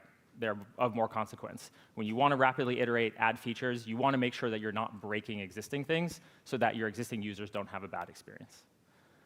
You become a target for attackers, and data leaks and things like that become of high consequence. And this is something like no one wants to think that they would be the subject of an attacker, but this stuff is so random and it happens all the time that when your app is out there live with users, like realistically you are going to be a target, and so do you have a plan for how you're going to deal with that? Data integrity, whether it's migrating systems, whether it's updating features that are requiring changes to your database, you can't lose customer data, right? So how do we make sure we have data integrity as we scale? And then revenue is obviously one of the biggest ones. This comes down to customer trust. If you're breaking things, if you're leaking information, customers won't trust you. You're not going to be in business for very long. So there's a lot at stake when we're in production that we don't necessarily care about when we're testing ideas and just trying to figure out if we're on the right track. So, standing up here because this is very top of mind to us at Bubble. We've been around since 2012. We've helped millions of people, mostly non-technical builds, all sorts of businesses, all sorts of sites and hobby apps and different projects. But our focus has always been around how do we help non-technical people build real businesses on Bubble, not just prototypes or different things. The focus has really been on businesses. And outside of the kind of the millions of users that we have, 34% of our enterprise apps have over 10,000 users on their own applications, and almost half of those have more than 100,000. So since 2012, we've kind of seen a lot of different apps along the way and what kind of works and what doesn't work, and we're always thinking about how do we make that process easier for our customers. So the pillars of production readiness, again, this is not exhaustive, but I think these are kind of like the 4 things that we'll focus on and dig into a little bit more. First is security, infrastructure and data integrity, observability, and testing. And testing we'll spend a little bit more time on. So security, again, I think this intuitively, right, this goes without saying, like I want to have a secure app, but what does that mean? It's a lot of different things. It's access control, it's making sure you're not leaking keys, it's resilience to attacks, there are a lot of different factors that roll up into a secure app. And bringing this back to, right, we're vibe coding here, right, we're moving fast. If you're not reviewing the code and we're just prompting, it is so easy for this kind of stuff to just happen. Because most of the time, right, it's just not top of mind when we're asking it to build a feature or scaffold up a different service. And so I've had this happen myself where, hey, Claude Code, go connect to this API for this new feature that I'm building. And then you're like, wait a second. You go back and it's just like returning the keys with every response coming back. And it's like, it's one of those, unless you think to ask it, you might not even know what's going on. It's very easy to assume that, oh yeah, it's in 2026, like this stuff is going to be secure, right? So leaked keys to the client is a super common problem. Overly permissive data access. This happens all the time too, right? Again, we're thinking, hey, I'm going to make a call to the server. I'm going to grab some data. I'm going to send it back to the client. And great, maybe my page shows only 2 or 3 of those fields. But it turns out you're returning the entire object to the client, and anyone can go in and see every single piece of data that you're returning, some of which might be sensitive, some of which might be things that you don't want anyone else to see. But again, unless you are specifically protecting against that, it's one of those things that just happens when you're prompting, you're vibing, you're moving forward. And also, there's a lot of things that you can do to protect your app from attackers, but a lot of it also has to do with infrastructure. And for example, DDoS attacks, might have heard that term before. That's something that, unless your infrastructure is in place to handle those kinds of things, like it's you're going to be down. So the good news is there are a lot of mitigations here, regardless of what platform you're using. So if you are vibe coding, there was a relatively high-profile, I think, security incident with like a lovable app a few months ago. And I think maybe a few days later, Replit released a security agent. And this is an agent that'll go through and do scans of your app to make sure that you're not making to make sure that the coding agent that built your app is not making some of the dumb mistakes that are very common when you're vibe coding. Depending on what database service you're using, a lot of them will offer row-level security or RLS off the bat to make sure that, hey, you're not just leaving data public out there. So even though it's not showing up on your web interface, it might still be available, right? On the Bubble side, right, we think a lot about this as well, since we are a more opinionated platform. Our workflow engine, I think, for those of you who have used Bubble, you might kind of take it for granted because you just have this catalog of workflow actions you can choose from, and you're kind of picking and matching different ones and putting in different places. But we actually do a lot behind the scenes to make sure that that people can't, that those aren't vectors for different attackers. For example, SQL injection is pretty much impossible on a Bubble app with how we structure our data queries whenever you have a workflow that tries to access data. And George is smiling over here. Maybe he's figured out a way to get around it. But those are little details that we kind of think about that you would otherwise have to think about when you're vibe coding your application. Like this row-level security, we offer privacy rules out of the box. We have a new feature around security scans, similar to Replit Security Agent, kind of making sure, like, hey, are you leaking anything that you shouldn't be?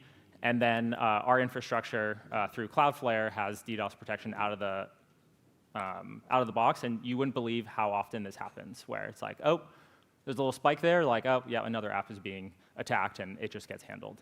So I wanted to shed a light there. Scalable infrastructure. This is not just about, does your infrastructure scale with the number of requests that you can handle, but can you continue to grow on your current stack? And then if you do need to change, what are the implications of that? I don't know if anyone was in Tom's talk earlier this morning, but he was like, you're going to outgrow your initial stack, right? So then what are the implications if you have to? A big one of this is around what do you do with all the data, and you have to migrate that data over, or you have to make changes to your database migration. Can your system or how you've connected your systems make that happen? We're seeing that vibe coding platforms, in response to a lot of these kind of growing challenges, are taking a more full stack approach. So Lovable has Lovable Cloud, so you don't need to worry about connecting different systems. For example, on the Bubble side, this has always been our approach is to not have someone worry about what happens when I need to scale.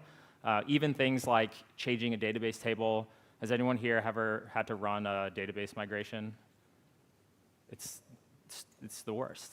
It's like I just want to change the name of this field or this table, and then I have to it really is the worst process. And I think when I started working at Bubble and I realized you could just change a data table and then it just changed, I was like, this is the coolest thing ever.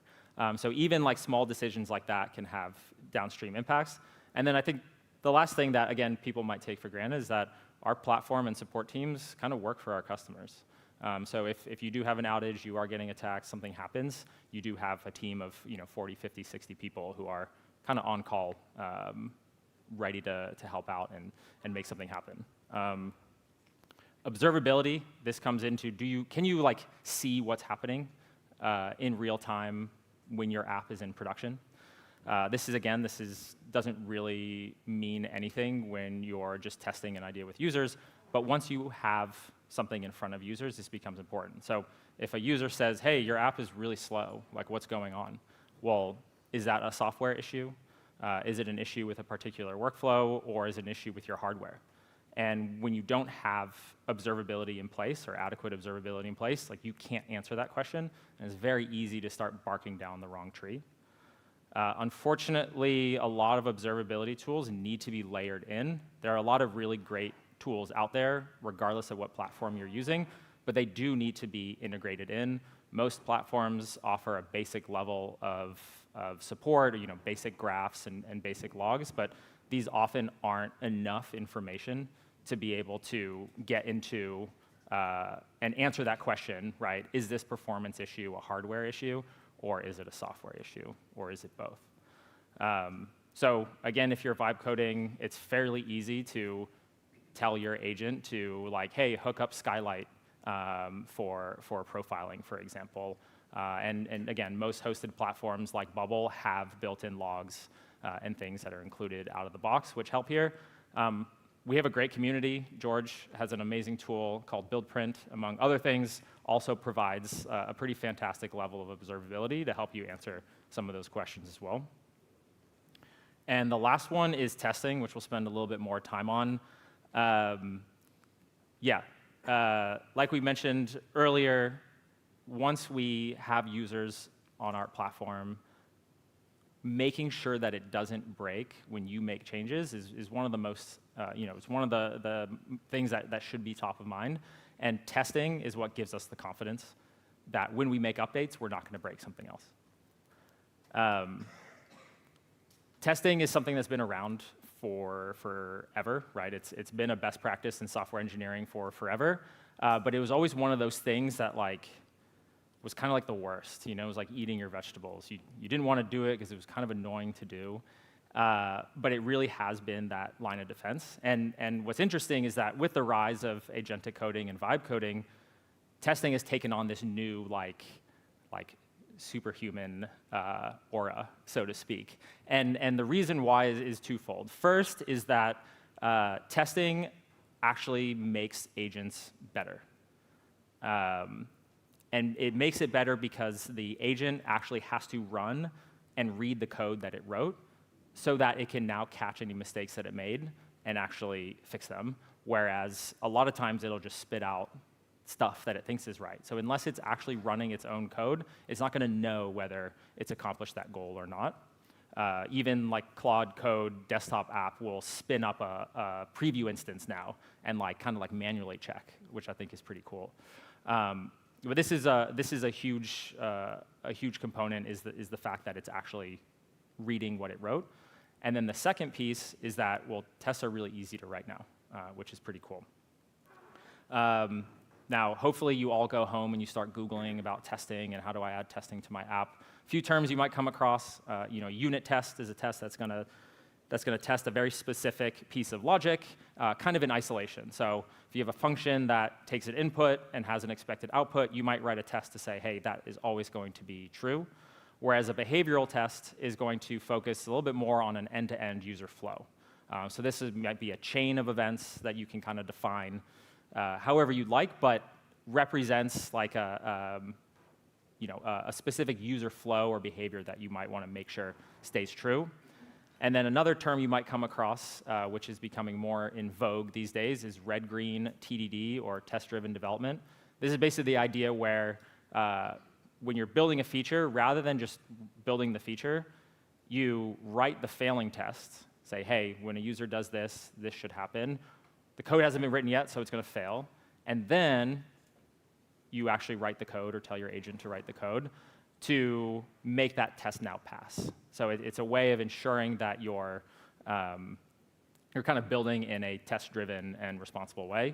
We're going to focus on behavioral tests here because I think that's the most relevant for people in the room. If you're going to adopt any sort of testing strategy, make sure you have behavioral tests for kind of critical flows in your apps.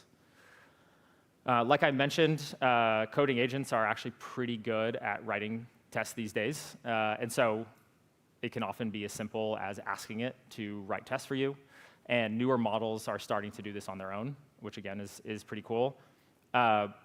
Bubble we have kind of basic issue checking that prevents like very superficial issues from blocking something from working in the first place. But really excited to share with you all a sneak peek at a new feature that we're working on, which is automated behavioral testing right from the editor itself. So have a quick demo of how this is going to work. But yeah, you guys are the first people in the world to see this. So, wow, love it. Amazing. Let's give this a second to load. So let's say I have this, this table in my app using the table element, which we all love. And I have a feature here where I want to be able to search on this table. So I'm searching through here, and OK, cool, I found my order. But I want to make sure that this doesn't break because I'm going to be adding a bunch of new features to my table. So I'm going to open up the testing tab, and I'm going to describe the test that I want to run. Right? I'm going to describe the behavior that I want to protect. So in this instance, it's going to be, hey, when I'm on the table page, if I search for this table or this row, like it should show that row. So just natural language, I'm just going to describe, like, hey, this is the behavior that I want to protect. And then an AI agent is going to go and is actually going to open up an instance of that. It's going to click around in your app, and it's going to build a script of that exact flow using your actual application. So rather than you thinking about, hey, what are all the steps, like the discrete steps that need to happen in order to really like test this flow end to end, the agent is going to do that for you. If you can, I guess that's large enough. You can see it's kind of working through and sharing its progress as it goes. Give it a second. And then it creates the script for you. So as you can see on the right side, this is the actual individual things that it's going to go. And then you can either update this, or you can lock it in and say, hey, lock this in and run this. So now we have a functioning test, right? This search feature is now protected. I'm going to go in and I'm going to delete, as an example, right? I'm going to delete that specific row that it was looking for to see if we can trip up the test. So I'm going to delete, I was looking for order 1049, you're gone. And let's rerun this test and see what happens. So we'll go back to the testing tab, and then we'll rerun this test. And so again, it's going to load up our app in preview, and it's going to go through that script. It's going to open the table page. It's going to type in the value to the search field. It's going to click the search. And then it's going to make sure that that specific thing shows up. And what we expect to happen in a few seconds is that this is going to fail and tell you, hey, why it failed. I could not actually find that. And maybe it was, so when you get this failing test, you'll be able to either update the test because you expected it to fail, or use our in-editor agent to actually fix it. But yeah, we're really excited about this particular feature because, like we mentioned, behavioral tests are even if you're using a tool like Bubble, once it grows in complexity, one of the most important things you can do is make sure that you're not breaking your app when you're making updates to it. So if we walk away with anything from today, first is use throwaway code and create a testing machine. Test as many ideas as quickly as you can, and then figure out what you want to build. That even once you've built that initial version, you are not ready to put that in front of real users yet. Think about the pillars of security, scale, observability, and most importantly, testing. And that our goal at the end of the day is to offload as much of that cognitive burden so that you can focus on the building part and worry a little bit less about everything that we talked about today. So thank you so much. If there are any questions, we'd love to. Do we have any questions from the room? We do at the back. We bring the mic to you.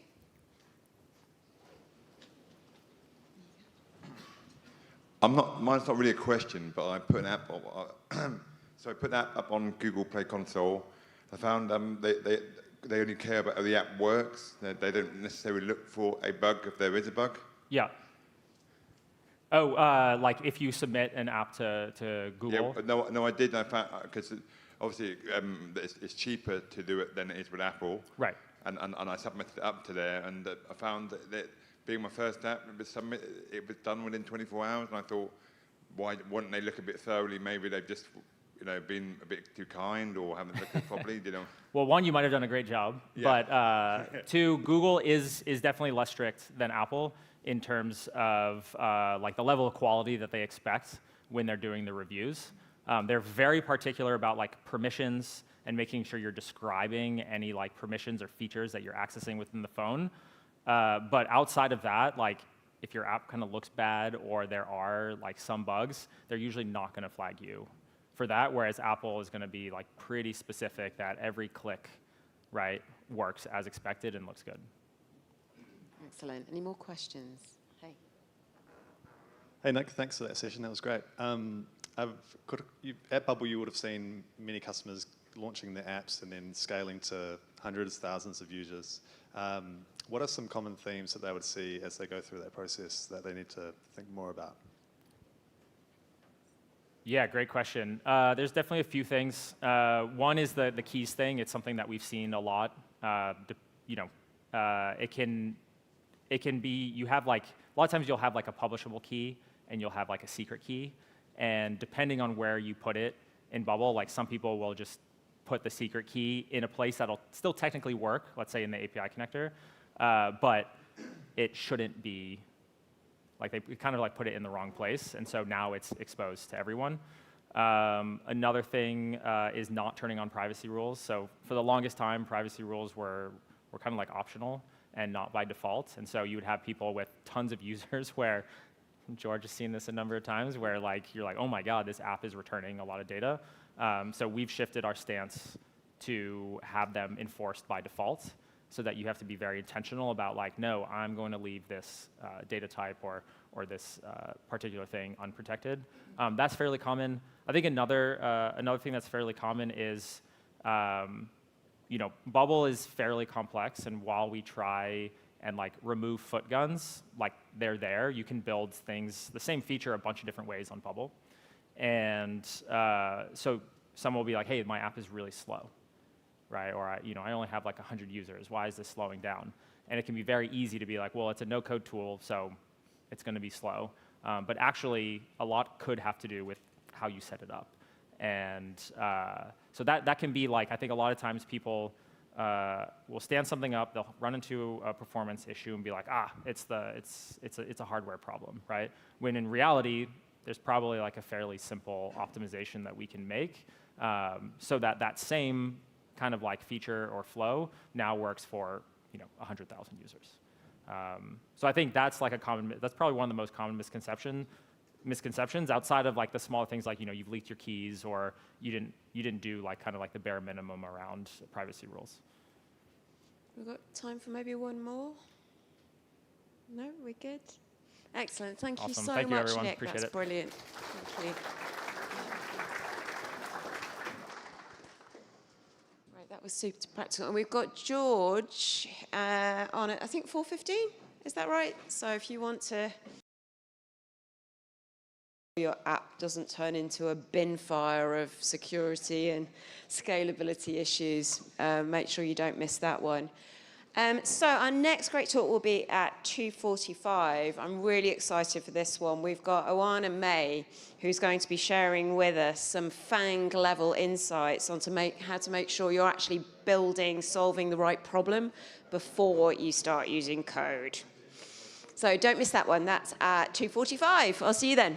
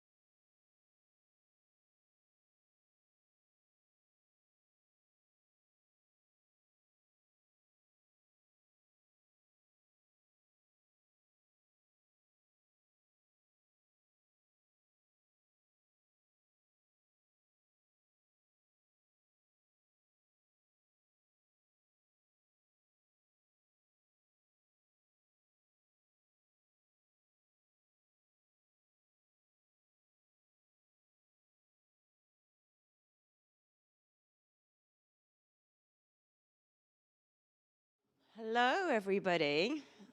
I am super excited about this talk because I'm a product person, and if you're in the product community, you can't fail to have heard about product sense. And Oana is going to join us today. She's going to talk about what that is and how leaders use it to make sure that they are solving the right problems before anyone writes a line of code. So I welcome to the stage Oana. Hi. So I know this is a relatively abstract concept, but in this talk today, I will try to clarify it, and by the end of it, you'll have a system that you can think through. And to get us started, I have a challenge for all of you. Imagine that each of you got £10 million in funding from an investor, and they said, build a Maps app and launch it. I want you all to think about what you would build, and I will give you a few seconds to think about it, and then I'll ask some people. So, build a Maps app, you have £10 million in your pocket, in your account. What would you build?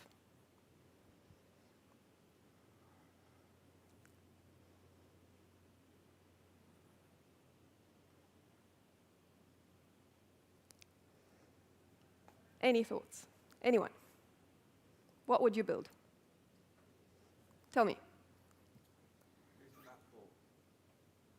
It's up to you to decide. Well, yeah, but you can't research everything, so to your best.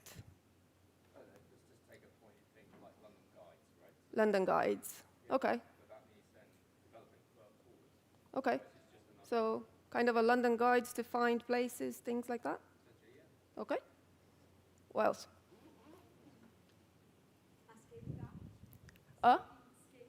Skating. Okay. And it would give you maps where you can skate. Oh, that's cool. Love it.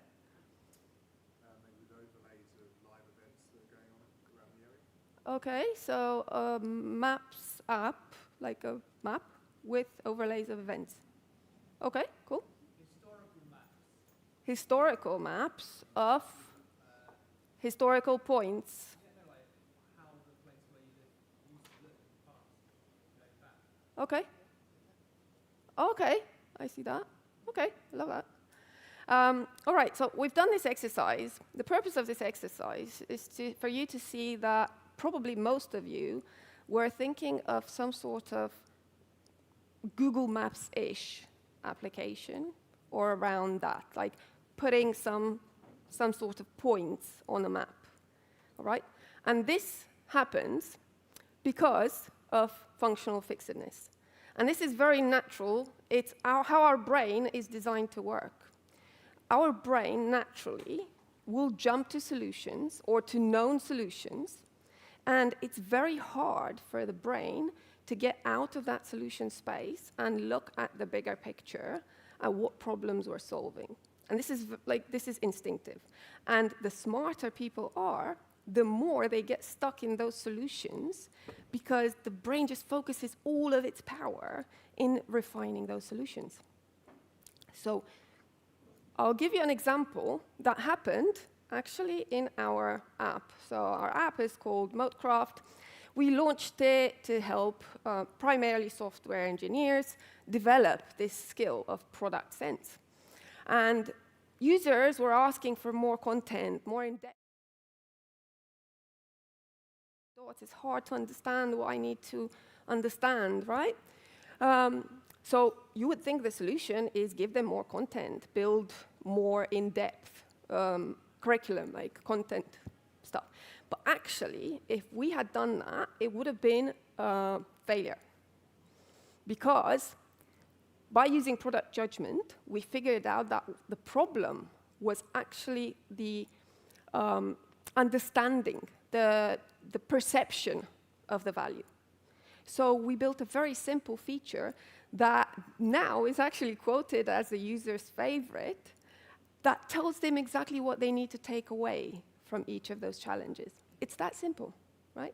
So when we could have built something a lot more complicated and not so useful. So what happens with this functional fixedness at scale? In 2019, 80% of features built were rarely or never used. That is a lot. And I can't even tell you how many examples I've seen myself of millions and millions in projects that nobody used. Okay? Now imagine how that looks like now when AI helps everyone build everything that they want. Here's some data on what happens. And this is data that was shared recently in an engineering leadership conference from DX, which is the Engineering and Intelligence Platform. There are a lot of numbers there that tell you that adoption is huge. People are using it. It's great. But they're not getting productivity, and they're not getting value gains. And the problem here, for example, Canva says that their problem internally is that translating a product idea into a PRD is slow, prone to miscommunication, and so on. So they can't keep up to identify the right things and to define the right things that they should build, which means that this product judgment is the bottleneck. And traditionally, teams look like on the left side, right? So you'd have the product manager that does all the research, blah, blah, blah. The engineers do the building. Maybe some engineers understand a little bit more than that, but mostly that's how it works. Whereas now, you have engineers building a lot more.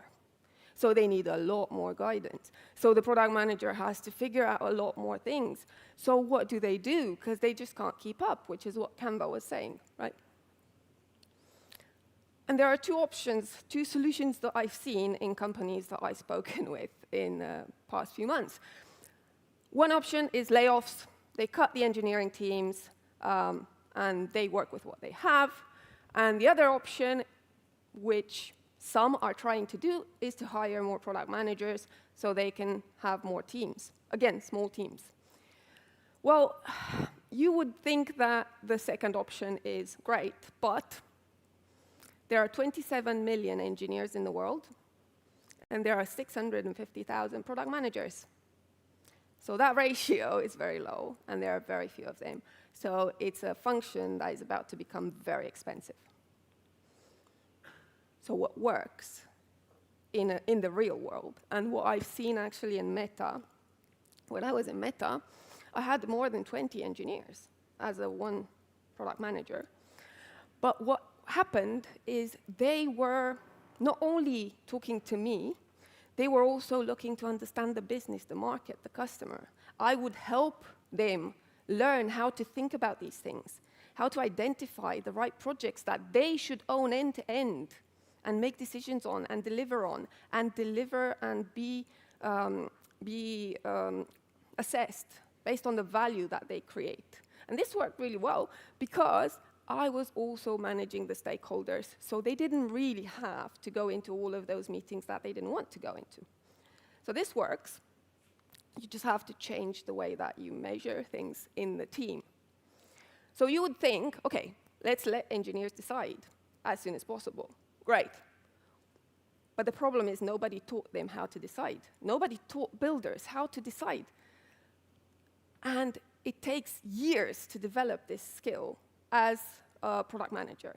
I don't know how many product managers you know, but they probably didn't go to some product management school. They probably had some businesses, or they had a career behind them. They learned from others for a number of years, right? And you don't have many product managers that are actually really good and that can articulate very clearly how to think about making a decision like this. But there's another option. And that option is the system that I've created. I coached over 1,000 product and engineering leaders in my career. And I've seen where human judgment fails in product thinking. And that's what I turned into the craft model. So I'm going to tell you a little bit about this model. First of all, if you look at it, there are 5 phases: context, receptiveness, audience, friction, and then tactical solution. Each of these is encompassed by the previous one. So you make decisions about the context, and then within that context, you make decisions on the receptiveness. And then within the context and the receptiveness, you make decisions on the audience. And then within all that, and so on. Okay? So it's a step-by-step approach. Each step goes deeper into direction. Now, you can apply this 100 times and find out and validate options, but the idea is to always go like in a funnel and keep making choices. Don't try to look at too many things at once. And here is an overview of what you should be looking at for each of these steps. In the context, you look at the strengths that you have in your business or as a person, whatever level you're building at. Maybe you have already some products, maybe you have some experience, and so on. And you start with that. And then you start looking, okay, what's happening in the market? What trends am I seeing? Is anything out there that I could potentially connect with between my strengths and that? And you just map this out. Avoid thinking of solutions. Absolutely avoid, like if you catch yourself in solutions, just remind yourself to step back and just think about that, just that, nothing else, okay? And then with the next step, again, same thing. You map out all the stakeholders in your market ecosystem. So let's say you have, I don't know, strengths in social media. Then you map out, okay, who are the big players? You have the audiences, the people, you have businesses, you have, I don't know, you map out regulators, whatever you have. And then think who out of those players is most likely to be interested in solving a problem that you have the unique strengths to solve. And again, stay in this space. Don't think of solutions. Don't think of how you would solve this problem. Just think, okay, is there something potentially out there in this space that I could solve? We don't even know exactly what that is yet. Then we move on to the audience. This is the trickiest part. So for this, I encourage you to go and look at the jobs to be done framework. I'm not going to go into a lot of detail here because there's a lot of information on the internet. And segment that stakeholder that you've selected in the receptiveness phase based on various jobs to be done. A job is a progress or an objective or a goal or something that your stakeholder is trying to achieve when they're in a specific context. It'll make a lot more sense once we play a little bit with it, but also once you read a little bit more. I could talk for 3 hours about this. I could do a lot of demos with you, but I only have 30 minutes, so I can't. Okay? So this is the trickiest part, and this is what we're going to try a little bit later. But then once you've identified the right job to be done, the one that has the highest potential, highest market, where you're uniquely positioned with your strengths to solve that problem, that job to be done, then you go and you look inside that job to be done and figure out what that audience is struggling with whatever it is that they're trying to do right now. And I'll teach you how to find very, very unique nuggets that you wouldn't find otherwise. There's a technique that is actually borrowed from acting, and I'll tell you a little bit later how to do it yourselves, and we're going to try it together. And only after you do all of this stuff and stay away from solutions, only after that, you look at the solution. How do you actually solve that problem? And then identify the moats that you can build and define your mechanics. Now, I've given you a high-level overview of what this is, but you can access the full details. It's like a long document inside the Moatcraft app for free. So you can take it away yourselves and go through all the details for those of you who are interested in learning more. There are 3 principles that you need to follow when you do this.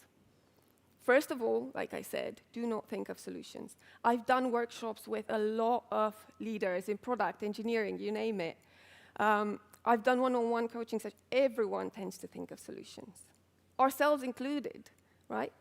But don't think about it. Remove yourself. Like every time you catch yourself thinking about it, remove yourself from that. And actually, working with someone else and brainstorming with someone else helps you because you can catch each other. The second principle is to always choose. So don't try to solve for more than one thing at a time. Don't try to analyze more than one thing at a time, because you're going to spread out too thin. You need to be very, very clear on the direction that you're taking and very focused. That's the key to building something successful, not just going everywhere. And the third thing, the third principle is, like I said, to talk to someone else who can think like this and to seek failure. So last year when I came up with the idea for Milkcraft, the first thing that I did is I talked to a few product leaders that I really appreciate and admire, and I said, look, I'm thinking about this. I didn't even know how the solution would look like. I just said, I'm thinking about this. I'm thinking about these problems. I'm thinking about this trend that I'm seeing, and I'm thinking that in the future, people will struggle with AI because they won't know what to build, not because they won't be able to build. And I spoke with them, and I said, destroy this. Tell me why it's not going to happen. Tell me why it's not going to work. Tell me why it's shit. And those were the most helpful conversations, because they gave me the foundation to start and to have the confidence that even if I don't have all the answers, I know what the risks are, okay? And the secret that I mentioned before, which is borrowed from acting, is embodiment, which may sound awkward, it may feel awkward in the beginning, but it's cool. It should feel awkward. You won't be used to doing this. So you would close your eyes, and then you would give yourself a name and speak in first person. This name, this first person that you're trying to embody should not be you, should not be your wife, should not be someone that is very, very close to you, because you're going to be biased. So don't think of your own person. Try to embody maybe a colleague from work, or a client, or someone that you know, or someone that you imagine. It doesn't matter. If it's too close to you, you're more likely to be biased. And then describe your attempt to solve the job to be done in all the details. And this is how you identify little nuggets that others won't notice. And today we don't have the time, but when I do workshops and I work with people, even top-level leaders like, directors, VPs, CTOs, whatever, by the end of the workshop, they come up with ideas that they never imagined in the first place. So it's very, very powerful to, when you have your eyes closed, to look around you at your surroundings and exactly what you're doing as that person that you embody, and identify details, because those are the details that others don't notice. And then you can come up with a lot of ideas, and then at the end, you figure out what moats you can build and whether it's a business that can stand. You can also apply this to existing products, and then you have your job to be done, or you have your jobs to be done if you have multiple jobs to be done, and then improve on how you solve those jobs to be done. Because then if you have a product already, it's much easier because you know exactly who your audience is, okay? You know what their jobs to be done are. So I promised you that we're going to apply it now. So I'm going to give you a couple of minutes. Think of someone, maybe someone that you know, maybe a client, or maybe someone that you imagine, and talk in first person about something that they're trying to do in relation to maps.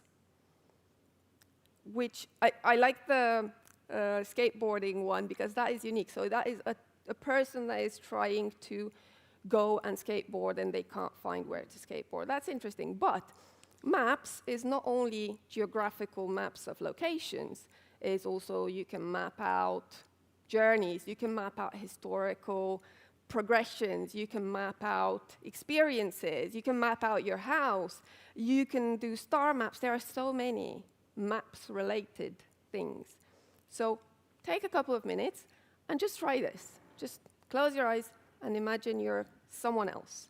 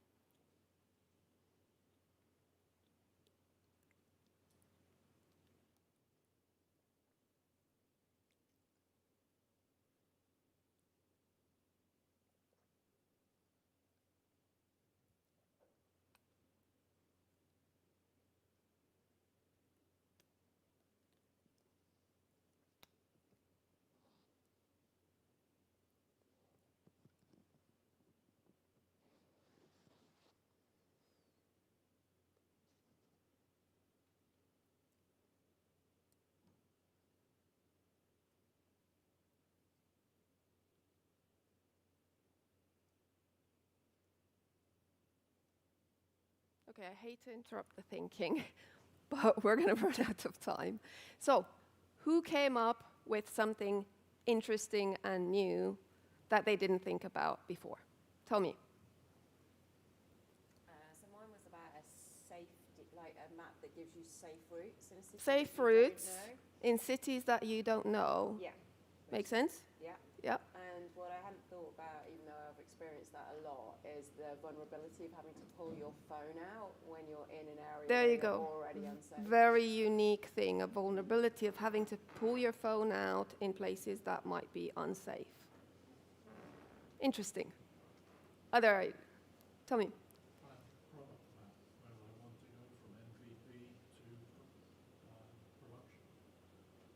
Okay, so then you would create a maps app that will help you map all that out. And did you find any points of friction that are particularly interesting that you didn't think of before? I don't know what's in the customer's head. Okay, that could be interesting. So the more you do it, I mean, we just did this for a couple of minutes now, but the more you do it, the better you become at observing details. Anyone else came up with something new that they didn't think of before? If you want to share. Yeah, as in the historical maps data app, my idea. So I thought about who would actually use this. Uh-huh. And I was thinking, well, it's a fun idea, but who would get benefit from it? So I thought maybe Good. researcher or like an urban planner. That's what you do in the receptiveness, where you look at your stakeholders. So who would be interested in something related to historical maps? And then you identify maybe some research kind of companies or some governments, and then you look at, okay, what kind of jobs to be done do they have that I could help with? See? And then that helps you position. So let's say you want to build a historical map, but that helps you position it so that it is interesting and meaningful for the audience. Okay? Yes? Problem is, I want to cycle from London to Paris, but I've got this type of bike. Anytime I look at guides, they don't match up. Yeah, it's a mess. My ability, Yeah? or what I can do, so they're either 8 days or they're 2 days. Yeah? And I'm kind of somewhere in the middle. Absolutely. So I want to be able to look at a map and know where I can stay, where there's going to be good food, where I'm going to see most visits, and things like that. Absolutely. But I just can't find something that works for me. Absolutely. So that's another thing that, you have to think about, okay, first of all, who would cycle from London to Paris? There aren't many people. So then you have to solve something very unique for them, and you need to understand them and find those little things that they can't, that they're struggling with in order to solve them. Find those friction points to solve them to make your product valuable. Because it's not just the maps to get you from here to there or find accommodation, which granted is difficult because it's all spread out everywhere. But there are details that these cyclists, these long journey cyclists would experience that you wouldn't know otherwise, right? So I should have changed the slide, but this is what we did right now. But again, go step by step when you actually put this in practice, when you actually try it. Go step by step and stay away from solutions. Because at the end of the day, good product judgment is not only having ideas, which is what we did now, but it's also identifying which ones deserve to be built, like we were talking about the historical maps app. Who would even want it? Why? Who would be motivated to pay? Why? So this system maps out every decision point so that then you can validate whether you have the right choice.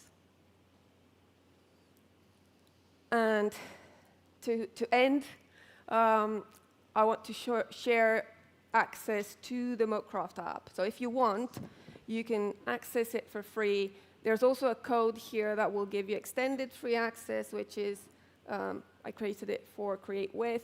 You can also connect with us there, and you can find the full system for free in there. So try it. Let me know how it goes. Connect with me on LinkedIn. I'd love to hear about you, how you applied it, what you're finding. And then I'm open to doing other talks, workshops, and stuff like this on the topic, because I'm very, very passionate about it. Hopefully this is helpful for all of you. I know it's been a lot in a short amount of time. I don't know if we have time for questions. Maybe one Okay. or two? Any questions, one or two? Quick ones. Everyone's still deep in thought, I think. Yeah, it's Yeah, a lot. lovely. It's a lot to take in. I know. I tried to condense it. Yeah, that's awesome. Thank you so much. Can we give a big round of applause to Oana? Thank you. That was brilliant. Well, now you've gone there, maybe you've got the idea for a brilliant startup. And if you have, you want to be back here at 3:30 because we've got a fantastic fireside talk for you. And we'll be hearing from one founder who's bootstrapped to 5 million ARR. No VC funding, no expensive ads. So if that floats your boat, be back here 3:30. See you then.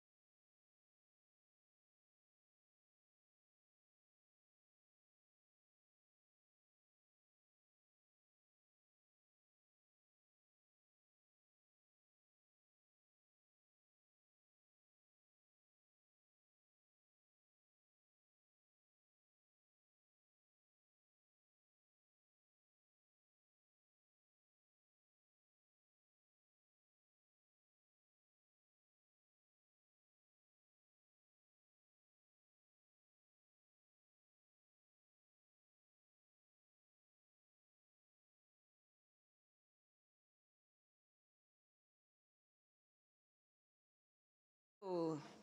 Oh, we're nearly at the end of the day, and I feel like we've all made good friends. But hopefully see you at the after party.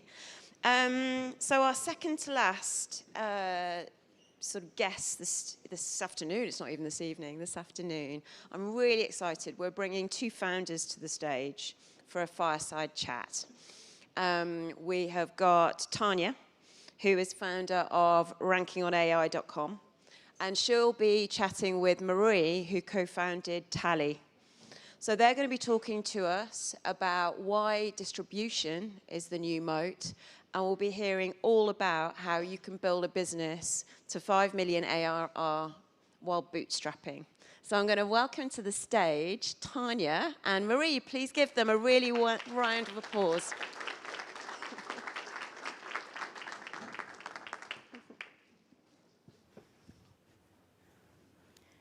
Hey guys, super excited to have you here with us and super, super honored to be talking to Marie, honestly, who is one of the bootstrap icons of our generation. I would say bootstrap to 5 million ARR.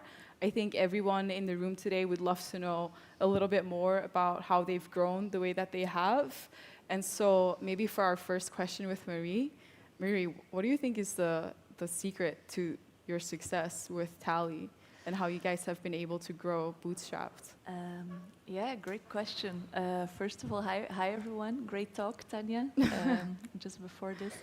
The secret to the success, I think there's 3 things, and it's something we only figured out like in year 3 of our journey. We've been building for 6 years now, and I think we can nail it down to 3 things. That the fact that Tally is free. We can talk hours about this, but basically we just have a very generous free plan. And because forms are viral by nature, you make them to share with other people. Our free users are really important for us because they basically promote and sell the product for us. And that's because on a free form you have a Made with Tally badge. So every time I saw you had a Tally form in your presentation. If you open it, you'll see it's made with Tally. You might think, oh, what is this tool? I'll click on it, and that's how most people discover us. So the free tier is for us super important. It goes a bit against all the startup playbook advice that you usually hear. So, but you'll notice we tend to do things a bit differently. The fact that it's simple. And simplicity, it sounds very simple, but it's actually one of the hardest things to nail. We tend to keep the product very simple, very easy to use. We have very simple processes. Our communication is simple. Our pricing is simple. It really kind of became our USP. It helps us to ship faster with a smaller team. It helps us to differentiate us from very complex other competitors, and so on. And the third one is that Tally is it's us, it's our story. We're bootstrapped, we're building in public, we're very open about everything we do. And that's something that not a lot of form builders did at the time, especially not in 2020 when we started out. So I think it's those 3 things that kind of led to where we are today. It's an amazing story. There's so many people in the form space, companies in the form space that have raised millions. I think Jotform is one of them. I believe Typeform raised more than 120 million US dollars. They're a team of almost 150 people, I think, which is very, very interesting to be in that space as a B2C and B2B player who's so focused on free. I really wonder about that discipline, because you're mentioning simplicity. And I can imagine that with Claude, with AI, with vibe coding, there's probably 1,000 features that you guys could be launching every single day. How do you keep that discipline? How do you not focus on shiny objects? What are the things that you really think about in order to keep things simple? Usually when we ship new features, we look at, has this feature actually been requested? So we get a lot of user feedback. Obviously, we use Tally for that. But you can upvote features. So we have a pretty clear idea on what the users actually want. We also analyze every support ticket that comes in goes to Claude. It becomes a daily summary that is shared with the entire team in a Slack channel every day. So everyone kind of knows what's going on, what we need to improve, what we need to work on. And then we just look at, so we have this idea of we want to be the simplest form builder worldwide, a product you actually love to use. And so if a feature doesn't really fit into that vision, we're just not going to build it. And it basically means we just want to do one thing really well, and that's to offer you a great form building experience. So we're not going to build adjacent products like most VC-backed competitors do, obviously, because it helps you grow. We try not to make the builder too complex. Whenever it feels too difficult to use, we're just not going to ship it. And then we also look at, can we offer it for free, which is always a plus for us. And if we can, then we will build it. So all of those elements together kind of help us make decisions and move forward. That's super cool. I know for one, I run another company, but every day I think, should I be building this? Should I be building this? Yeah. And it's very, very difficult to stay challenged, to stay so laser focused on staying simple. So that's amazing. I think what helps is because we really listen to users and we share it with the team. So, once in a while someone in the team wants to build something new and cool, but they also see all the feedback coming in, and it's a lot. So if there's like 100 tickets about the logic jumps aren't working well, then it makes sense that we're going to work on that. And everyone knows that as well because they see all the tickets coming in, which helps, Yeah, it's super interesting. So you mentioned your team. I believe you guys are now a team of 10. Yeah. And you guys were 2 people, just you and your co-founder for the longest time. Yeah.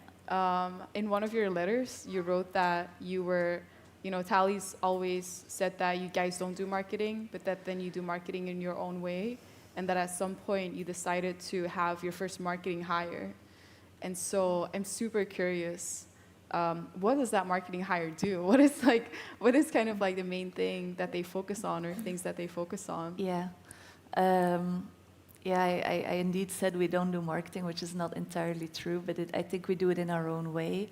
It's been me and Philip, my partner, technical co-founder, for 4 years. I have a background in B2B marketing, but I was mostly working on support in the first years and doing cold outreach and things like that.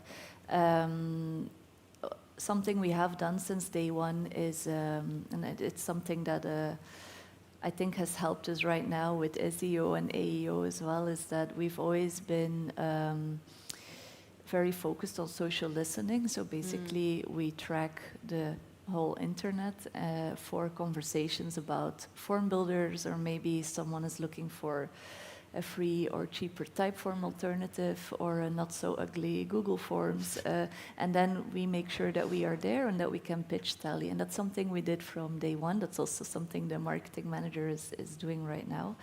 And that helped us spread the word about Tally. Luckily now we have 2 million users now, so there's a lot of people doing it for us, which obviously is nice. But I think that has been core in our, I don't know if it's a marketing strategy, but it's just to pop up when people ask for you, in a very relevant way. We don't run ads. We've done some basic comparison pages, but we tried always to make them super helpful and actually do our research ourselves. And so those were actually the highest converting pages for us, landing pages, because we offered forms for Notion users, for example, or a free Typeform alternative. So those things have worked pretty well. And then the big part is, I would say, product marketing. There's a new feature, and our users want to know about it. So we share it in our newsletter, we share it on social media, we make videos about it, we talk about it. That's a big part. And then there's a part, you could call it community building. We had a meetup in London yesterday, which is where we just try to connect with people using Tally, spotlight them. We don't write big customer stories, but we write community stories. So just anyone who uses Tally, we'll spotlight them, we'll write about how you use it, We'll feature them in our newsletter. We'll try to organize meetups together. So that's kind of the job description of the marketing manager. That's super for cool. now. Yeah. And the community thing, I think, is such a big thing for everyone moving forward in the time of AI, even at conferences like Create With. When you think about 2 million users, 10 million ARR, it's amazing and it's so cool and impressive, I would say. What does success look like for you? Like, you guys are bootstrapped. There's no venture backing. You have achieved essentially the indie hacker dream. What do you feel like is for you something that you would really like to look at moving forward? What does success look like for you? Yeah, that's a good question, because when you don't have investors, right, Yeah. you can basically do whatever you want. The question is always what's next, or why are you still doing this? I think we talked about it before. Like, the first big milestone for us was we wanted to get to 20K MRR, because that was the same amount we would earn as employees or consultants, me and Philip together. And so once we did, that was like the biggest milestone ever.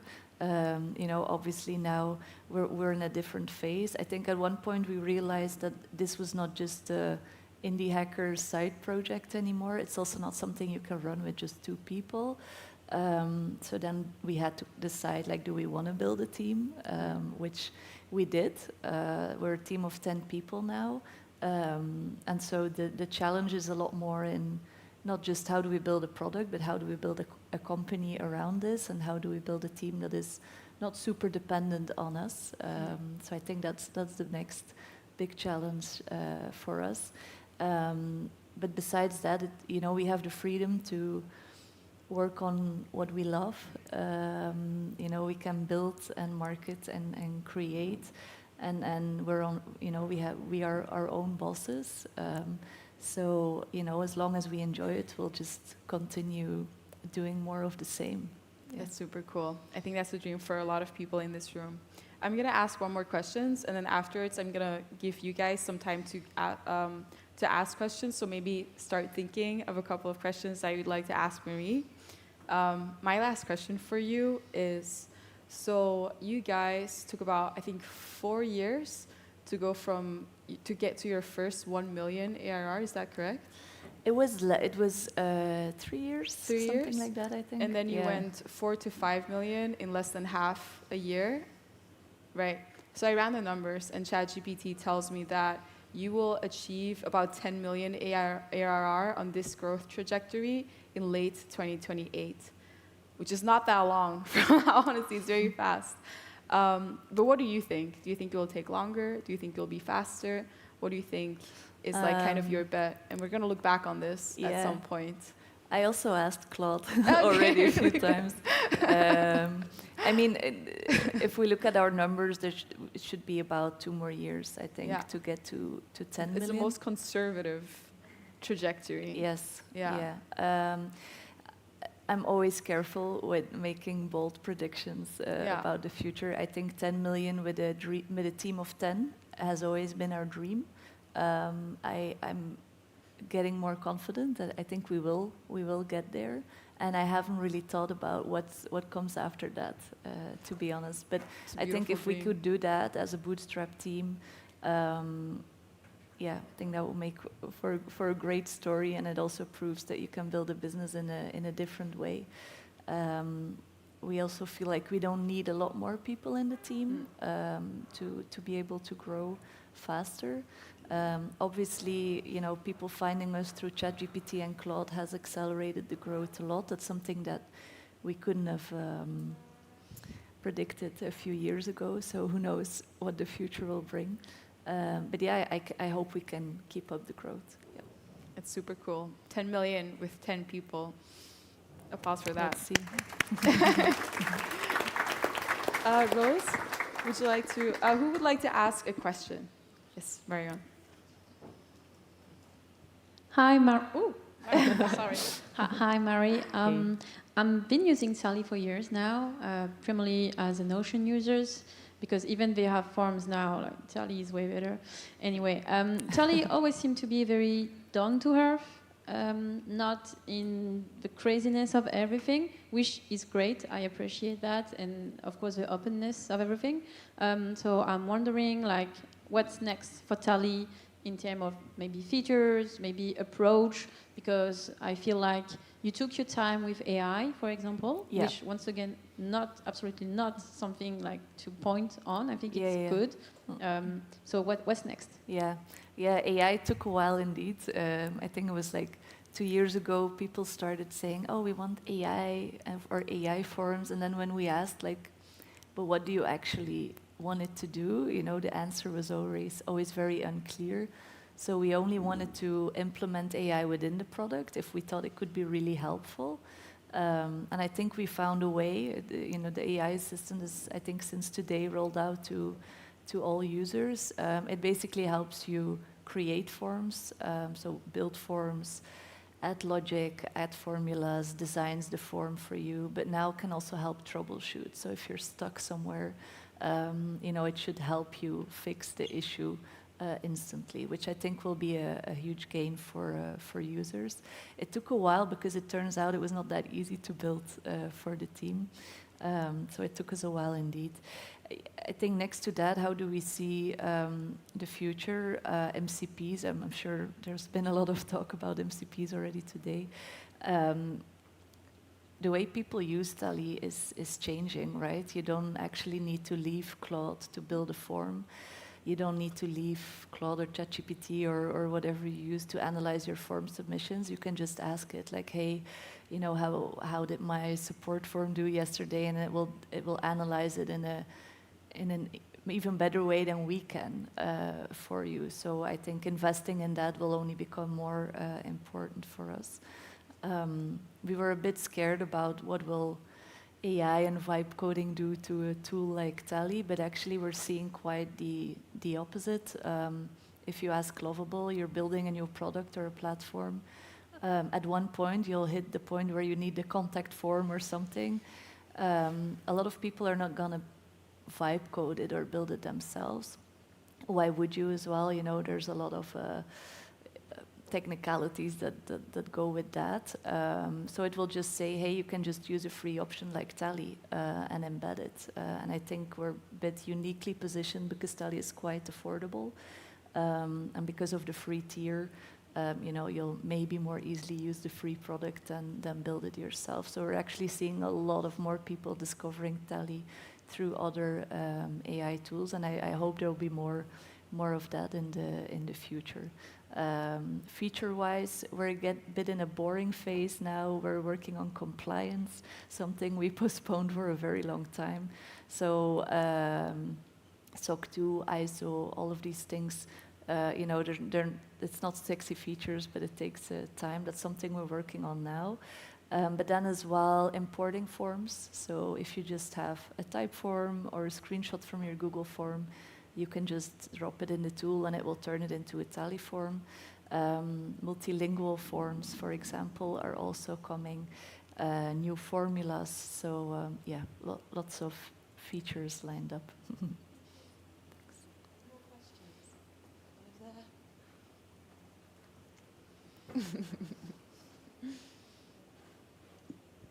Hey, thanks, Marie. What's the biggest constraint in your next phase of growth? Is it customer support? Is it development? Is it compliance, as you mentioned? Is there something else? Yeah, good question. I don't really see constraints on the short term. I don't think it's people. I think support. You know, we have 2 million users now, and we have around 100 support tickets per week. But we don't use a lot of AI yet to solve them. So actually, I think we can easily manage a higher volume. Infrastructure-wise, we're also fine. So maybe you'll get a different answer if you ask my technical co-founder. But I actually don't see any, you know, big struggles for the future. No. Any more? Yes, got a few over here.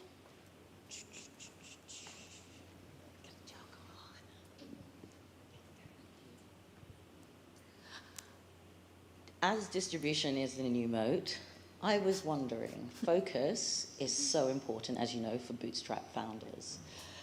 I'm always torn between putting in the effort in building community versus building the business. What advice would you give us if this is a trade-off that we have to make at this point, given that distribution is super important? Yeah. I'm not sure if you can actually build community as like, for me, it's not something you can put in a task and you'll be like, oh, in Q4 we'll build community. Like, it's not really how we look at it. I think for Tally, we've just always focused on building a great product and on helping out users and actually listening to them. And the community has just grown out of that. And I think that's the best way, is to focus on building and delivering a really good experience and building a product you can be proud of, and a customer service as well. And then I truly believe that the rest will follow. So I would go for the first.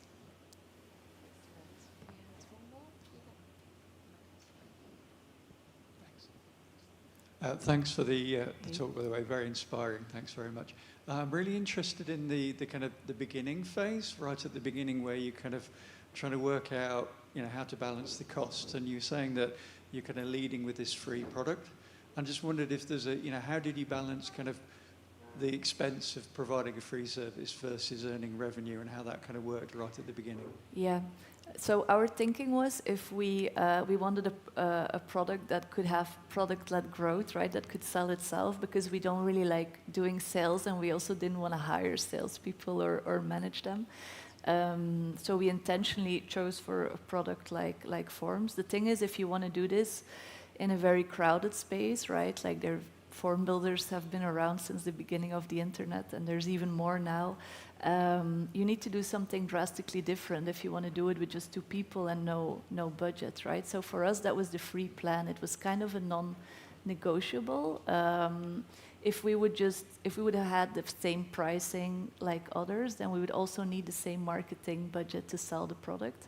So the free plan just became our biggest USP, and I think we realized that really early on. We could keep the costs low because it was just us two, so just our time. And we had a runway of 1 year, so money that we had saved to make money online. And actually we lost the first 6 months because Tally was not the first startup we built. We built something else. I'll spare you the details, but it failed really fast because of COVID.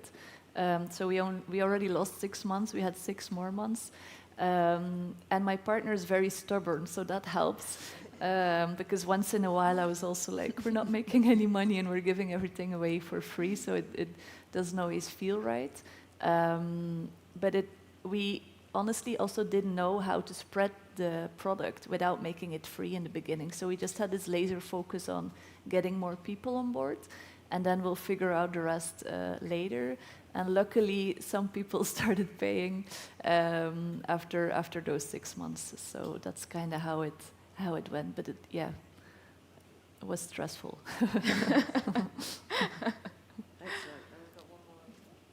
Thank you. First off, I'm really glad to see that you're Ghent-based. I worked in a company based in Ghent for 3 years. So it sounds like Ghent has a great startup culture. I'm super impressed by Tally. I have a lot of questions, but I guess you touched upon the core question a little bit when you were just talking about the funding story. We all know forms are a very competitive, crowded, red ocean. What was the signal that gave you the conviction that this is not just another overcrowded market, but there is a real opportunity to build something that's defensible, that can scale? Was it like a customer feedback, or did you crunch some numbers? What was it that gave you that insight? So, I mean, at the beginning, we had no clue. We just thought we were avid users of Notion, and we loved, how the product worked. Like, we were spending a lot of time in making pages in Notion, even though we didn't really have a company to run. And we thought, like, how cool is it that they managed to make something super boring, like note-taking in the early days, they do a lot more now, to make that like fun and sexy, right? And they have a company and a product that is so backed by a community. What if we could do the same thing to forms? There must be, even if it is, you know, a niche audience that might be interested in a product like that, and it's just a product that you would like to use. And that's all, that was our thinking. So it was a bit of a problem for ourselves that we were solving. But we did, so we found our first 1,000 users by cold outreach. So I would go on Product Hunt, yeah, that was a thing at the time, and just look for founders, builders, people that might be interested in our product. And I would ask, like, hey, could you just play around with it? It was just a builder, so you couldn't publish a form, you couldn't log in, you couldn't pay. And when I did that for 6 months, so I emailed or DM'd thousands of people. And pretty early on, some people actually replied, which was already great. And we're pretty positive about the way how the builder worked. So I think that was for us like a first sign of, oh, there's maybe something here. And then those people would join a Slack channel. And then in Slack channel, they could talk to Philip. And he would just build whatever they asked and implement all the feedback. And then the next day, we would be like, hey, you know, here it is. And a lot of those people are the biggest Tally ambassadors today. But I think them being interested, giving feedback was a first positive signal. And I think 3 months in, we had our first paying user, but you couldn't pay yet. We didn't implement Stripe yet. There was someone that was a big fan, and he said, oh, I love to pay for good software. How can I pay? And so, yeah, we gave him like a $5 plan. He's still on that plan until today. And I remember saying, like, wow, you know, someone wanted to pay. Like, this must be a good sign. And then 6 months in, we launched Tally on Product Hunt. And then the ball started rolling. Like, we doubled the user base in 1 day. We got more subscribers. I didn't have to do cold outreach anymore, so the organic growth kicked in. And I think that for us was the sign of, like, okay, there's, you know, there might be a bigger market for this. So a bit of a combination of multiple moments. Yeah, I don't know if that answered your question. Probably got time for one more. Excellent. Hi, Marie. Great talk, by the way. Thank you. I'm just curious to hear what the software stack looked like when you were building it at the beginning. The software stack in terms of all the software pieced together. Yeah, really simple in the beginning. It's just Philip custom building everything, Google Cloud for hosting. Notion actually we've built our entire help center in Notion, so we use it as a CMS, which is really great now because it talks to Claude and it has all our knowledge. So it's been super helpful. Slack has obviously been very important to talk to the community. What else? Figma for designs. One tool for social listening that I use is called Siften.com. It's made by a fellow indie hacker, actually. We now use Octolens, which is another great platform. What else? Let me think. It was pretty... I mean, now the stack is pretty elaborate, but it was pretty simple. I think that's what helped us build it as well. Yeah. Wonderful. Thank you so much. Can we have a big round of applause for Tanya and Marie? Thank you very much. Excellent. Fabulous. Yeah. Any way you want. Excellent. That was brilliant, wasn't it? And inspiration for all of us have got those ideas brewing away. So our final speaker at 4:15 is going to be George Collier, who is founder of Not Quite Unicorns. And he's going to be taking us through how to go from working to scalable when you're building apps and all the pitfalls to avoid. So if you are building apps, you don't want to miss this talk from George. So we'll see you back here at 4:15. See you in a moment.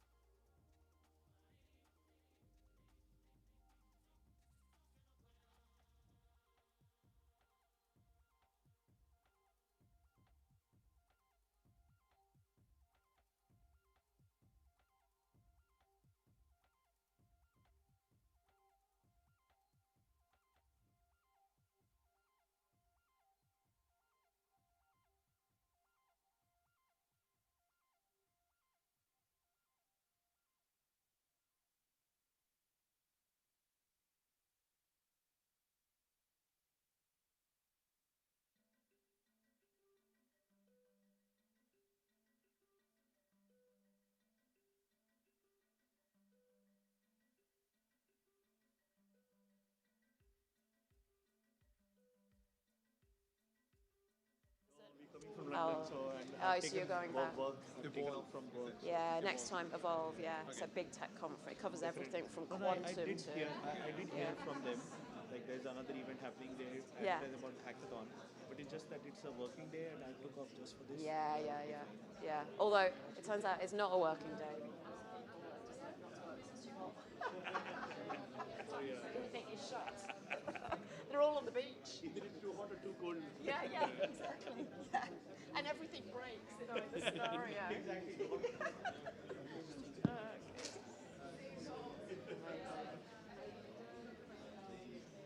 Right.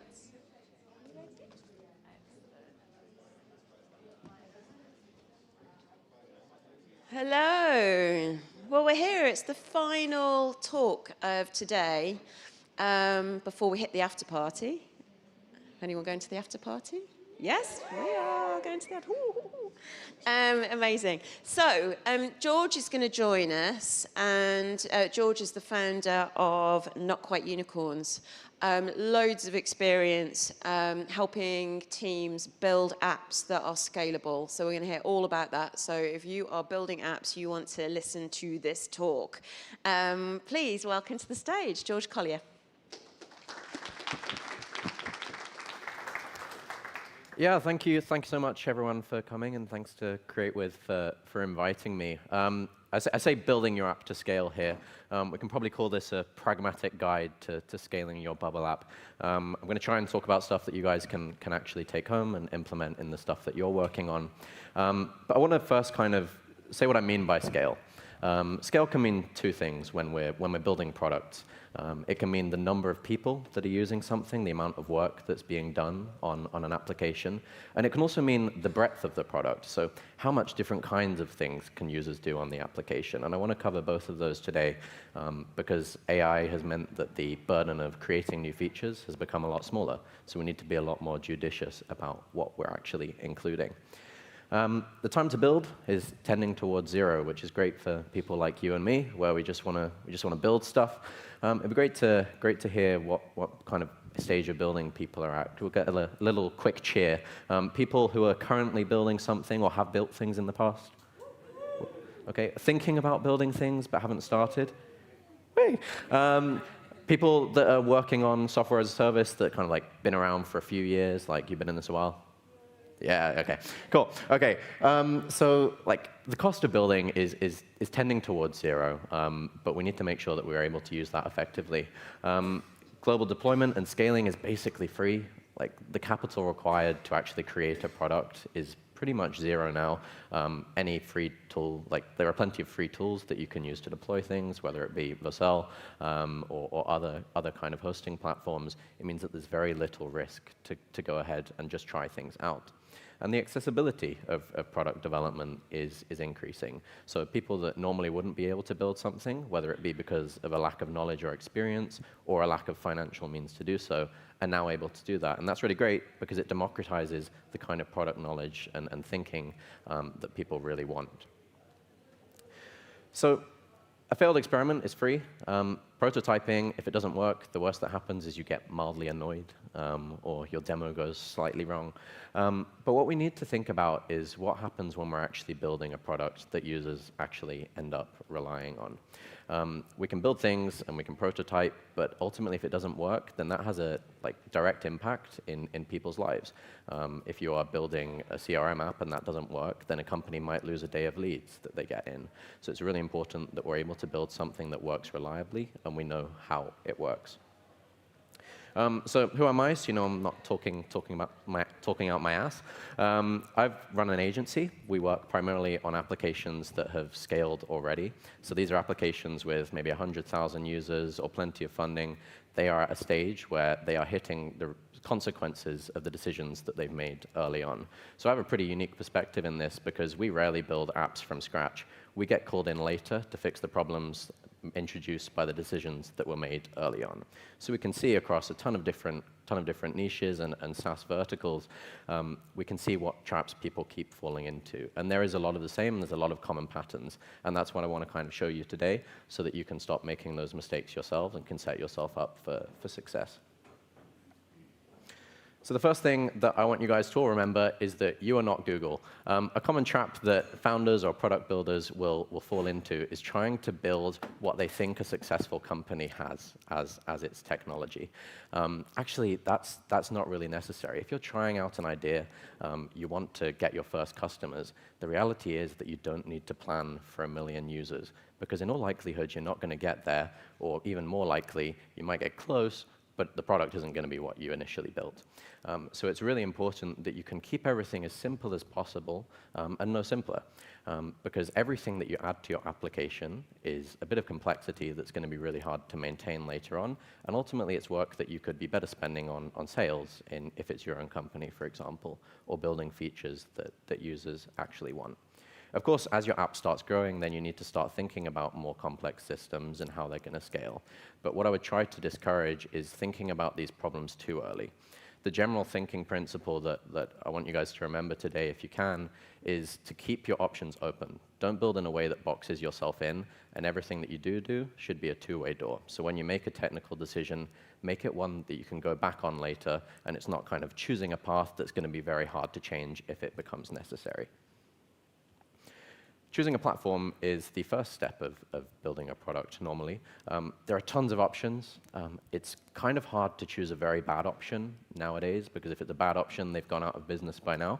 But there are 3 options I put here that are pretty common and well-known. Bubble being visual programming, Convex being kind of back-end as code. Convex is particularly good for AI agents because your back-end is defined fully as code, which means that it knows exactly what's there and how everything works without having to think about application logic versus your database versus files, all of that.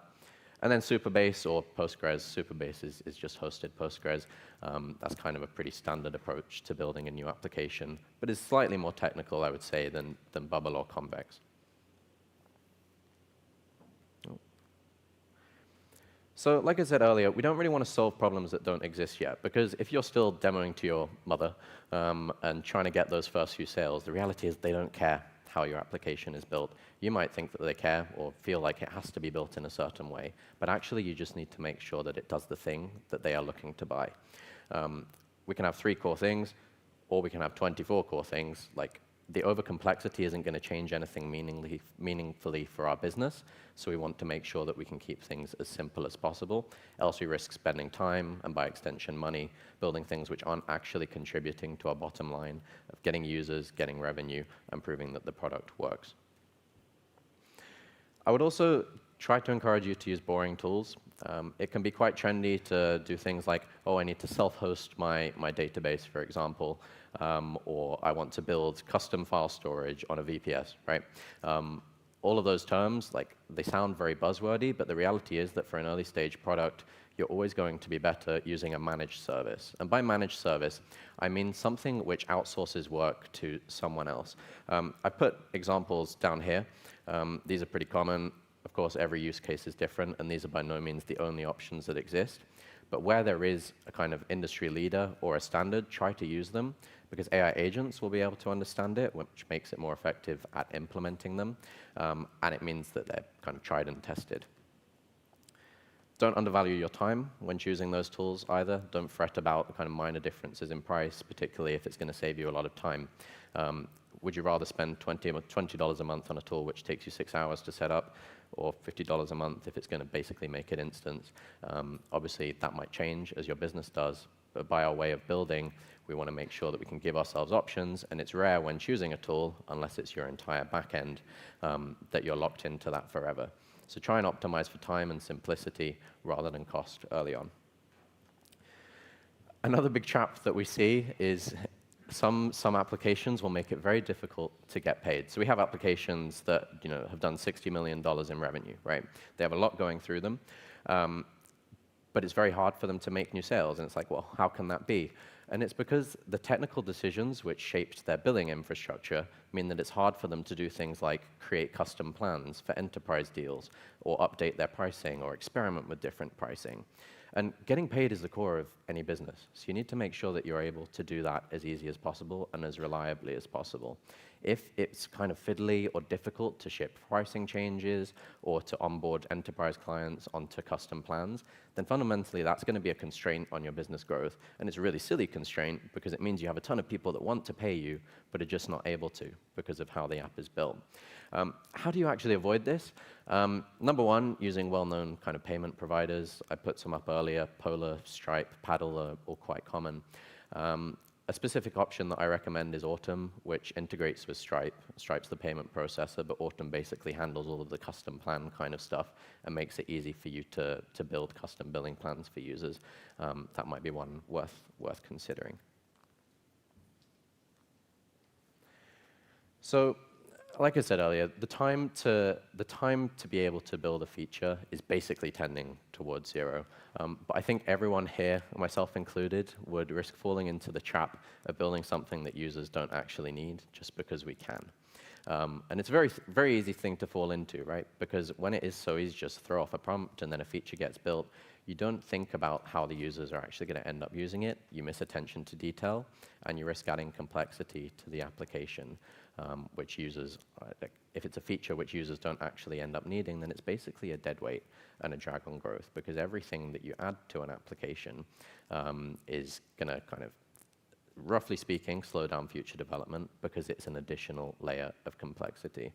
By IKEA effect, I mean something that when we build it ourselves, it feels more valuable than it actually is. If you get your IKEA furniture and build it at home, you're like, this is the best thing ever.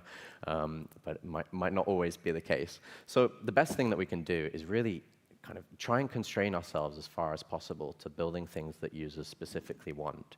And when we do that, have as much attention to detail as possible. Like, if you use AI to code, can we get a little cheer for anyone that's using AI/vibe coding to build features at all in any application? Yeah, okay. So one pattern that you'll notice is that if you ask it to build something, there's a lot of text. Like, if it's near a button, there'll be a description below the button saying that when it's clicked, it does this, or something like that. And it's something that you only notice when you take a step back and are like, huh, that's weird. But it's things like that you need to consider when you're building new features, because a user doesn't know that you used AI to code it, and you can miss the forest for the trees because you're not focusing on those tiny details. You're just like, wow, it actually works, which is a great feeling, but we want to make sure that it actually works for the end users. When you're building a business as well, don't automate away things too early. Again, it's kind of like we want to avoid solving for problems that don't exist yet. If there are manual processes, whether that be support or refunding payments, the chances are that you probably don't need to automate it early on. I think everyone in here is probably the type to spend hours trying to automate something when it would just take minutes to do it manually. Again, I myself, I think it's just our builder types, we like to do that kind of thing. Don't automate it early, because it means that you're going to start losing touch with the actual kind of root cause of the problems that you're trying to manually solve. If you solve it manually, doing things like refunds for users, then you actually get to talk to them and get their feedback. Other things where if there are errors in the application, you want to make sure that you can understand the cause of the error, whereas if you just throw it at an AI to try and automatically fix it, you're not actually going to get anywhere in the long term, because different issues of that class will continue to recur. Of course, later on, when we get to a certain scale and our processes are defined, then we want to go ahead and automate things, because it saves us time and it introduces process into an organization, which by now will have more team members, so needs fixed processes there. But we don't want to do that too early. Now, in terms of like, how do we use AI agents to build products that actually scale? There's no one answer, and lots of people will tell you lots of different things. There's also all kinds of tricks that you can use to make AI agents better. But as a general principle, it's really important that you understand what AI is building. The thing that I said last year as well is that you cannot build what you don't understand. So the second the AI agent builds something and you're not quite sure how it works, it's kind of run away from you, and that part of the application is now an area which you don't really get, and it means that you're not really going to be mentally responsible for it in the future, and that means that you can't give feedback to an agent when it implements things in an unscalable way.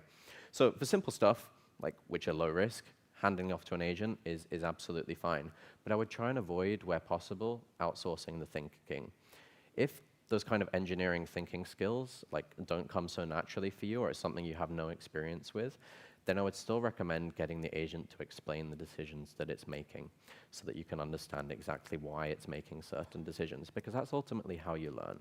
Like, one way to learn is by making mistakes, and the other way to learn is by getting it explained to you. Ideally, you don't want to make mistakes. It's going to happen, but you can reduce the risk of that by ensuring that the agent helps you understand what it is that you are building.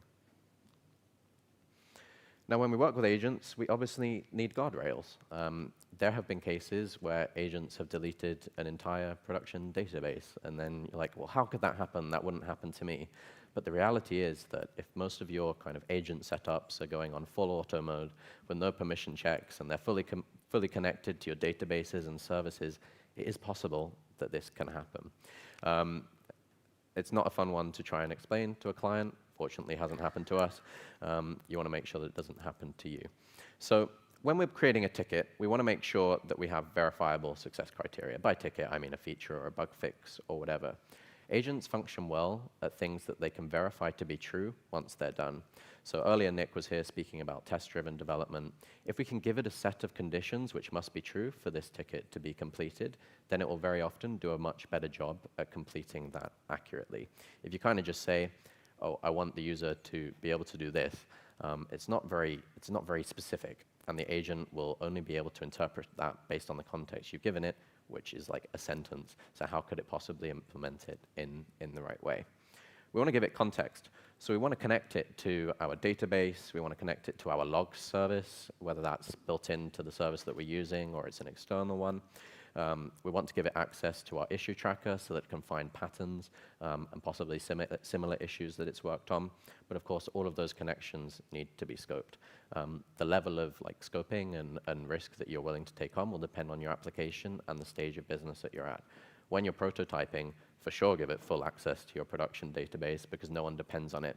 But once people are using it, it's important that you have a duty of care to take care of your application and make sure that it works for them so that doesn't become acceptable anymore. When it's making changes, try and keep them as focused as possible. It's very hard for you to go through and manually review if 25,000 lines of code have changed. There's no way that you can mentally kind of process that all in one go. So we want to make sure that we can split things up into bite-sized reviewable chunks, because then it lets us stay in touch with what the agent is doing. One recommendation I have if you're using tools like GitHub to review code is to just add comments directly in the code. It lets you do that when it's creating pull requests, because then it means that you're going through everything the agents wrote. And if there's something which you're kind of like, you can say, are we sure that we need this, or why do you need this? And then you can actually kind of understand what it's building. And finally, we want to make sure that everything is reviewed. Again, this will depend on the stage of business that you're at. If you're doing a throwaway prototype and you just want to see if something will sell on a demo, then it's not so important to review everything because the actual quality of the code underneath doesn't really matter. But once you're building a production app with real users, it's really important to make sure that it's working. For example, if an AI introduces a security issue and you don't review that, then it's still on you because you're ultimately responsible for that agent. We're in an interesting world at the moment where users of AI agents are responsible for what they create, but I don't think that has been recognized enough among builders.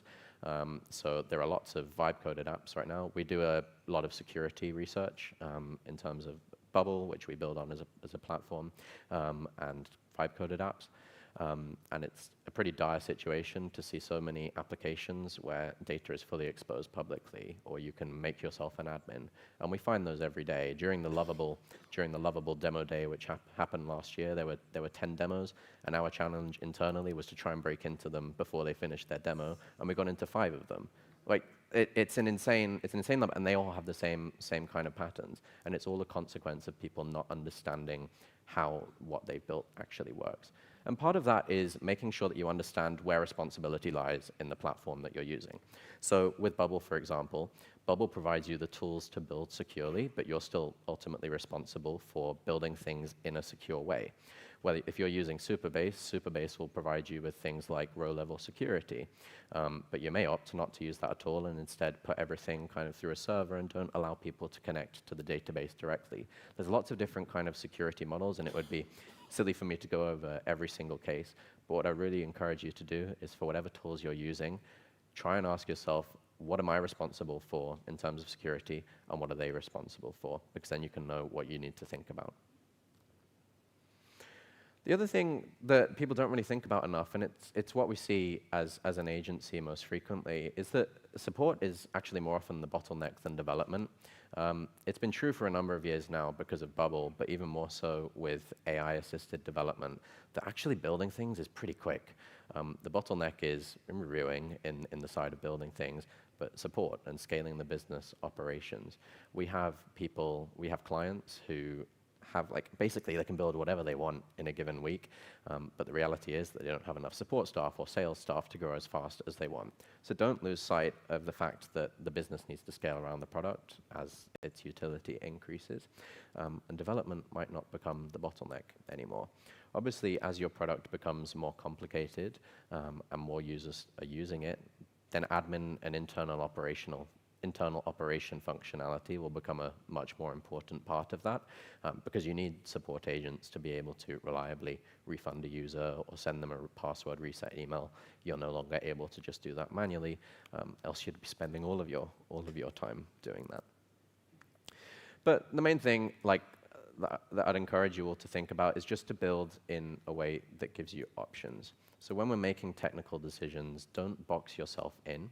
We want to make sure that every decision that we make has a backwards path where we can change our mind about that decision. That's often easier later on, but the early stage decisions are ones that are actually quite hard to go back on, like what back-end platform are you using?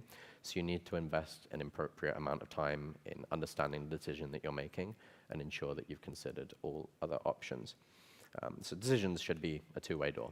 We can make a decision and we can go back on it and go a different path in future if our product needs change or our technical needs change. Also consider what I would call bifurcation points, where if we're picking a route and we have to stick with it. Those are the platform decisions at the start. It's very hard and inconvenient to change platform later comparatively. So we want to make sure that we can make that decision correctly, else it will cost a lot of time and money later on. And none of us like spending either of those, so we want to make sure that we can do it in the best way possible. So when real users are starting to use your app, if you can start thinking about these things, that would be the best thing that you can do.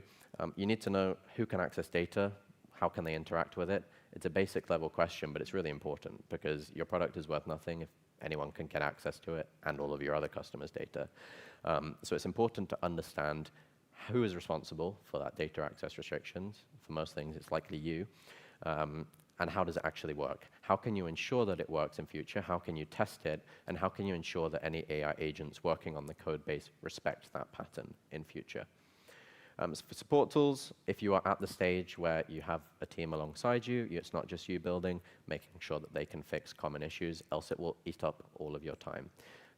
It may also be that if you're a solo founder, ultimately you need to implement those, because otherwise you spend all of your time on business operations and basically become a constraint on the business. For background jobs, is it easy to know exactly what's happening in your application? Like if a user says that they experience a bug, do you know how you're going to go ahead and investigate that or send your agent to investigate that? Does the agent have access to the background job logs? Are you able to see when stuff failed and why it failed? That's really important because else you're not going to be able to fix issues that people are experiencing. Payments, obviously, if you're building an internal tool, not really applicable. But we want to make sure that we know exactly how all of that works, because obviously if you miss a zero somewhere, that can cause a lot of problems for payments and either make you very poor or very rich, which we don't want to do. And making sure that you understand your application enough to be able to explain it to someone else. If you can't explain how your app works, and I don't mean when a user clicks this, when they do that. I mean how your database works, how jobs run in the background, how a monthly summer email works. If you can't explain that to a new hire, then it's important that you're able to start understanding how that all works. Because if you can't explain it to a new hire, then you also can't explain it to an agent. And an agent, whilst it's efficient, isn't so proactive about going and working out what conventions are used. For example, it will duplicate a ton of stuff. Like if you ask it to integrate a new service and you've already done it somewhere else, there's a good chance that it rebuilds it entirely, and you would only catch that by reviewing and having the context of what's already in code in your mental model. And finally, export. Like, can a user or you get data out cleanly and compliantly? There are compliance restrictions that mean that you have to add these features to users, and it's important for you as well to make sure that you know if you want to change platform or you want to move to a different hosting service, how can you do that? Whether that be for cost reasons or reliability reasons, but it's about giving yourself options so that you're not boxed into one way of doing things if that's a decision that you later regret. So build for the problems of today, plan for the problems of tomorrow. Don't build for the problems of tomorrow. Because if you spend all of your time in a product, turning it into 100 different microservices that people don't really need, and making it very technically complicated because that's what you think a successful business looks like, reconsider that and challenge yourself to make it as simple as it can be. Because users just want it to work. No one's looking at how fancy your tech stack is or what modern tools you're using. You need to use the correct tools that work and make everything as simple as can be and no simpler. That's all from me. I know some people will want to go and watch the closing remarks upstairs, but I imagine we have a little bit of time for questions if there are any.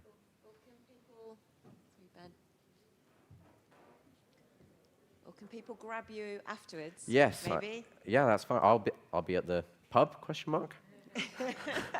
Excellent. Can we have a big round of applause for George? Thank you. Excellent. Well, that is it for today. Honestly, what a journey it's been. We had from making sure you're picking the right problem to solve, right the way through to scaling to multi-million-pound ARRs. Want to say a big thank you to all our sponsors and really importantly to you guys for being such an amazing audience with brilliant questions. We hope to see some of you tomorrow. If you're here at Evolve, Create With and Brighton AI are hosting the AI Builder stage at Evolve tomorrow. It's where all the cool kids will be, obviously. So I hope to see some of you there. But if not, until next year, and thanks again, you've been absolutely brilliant.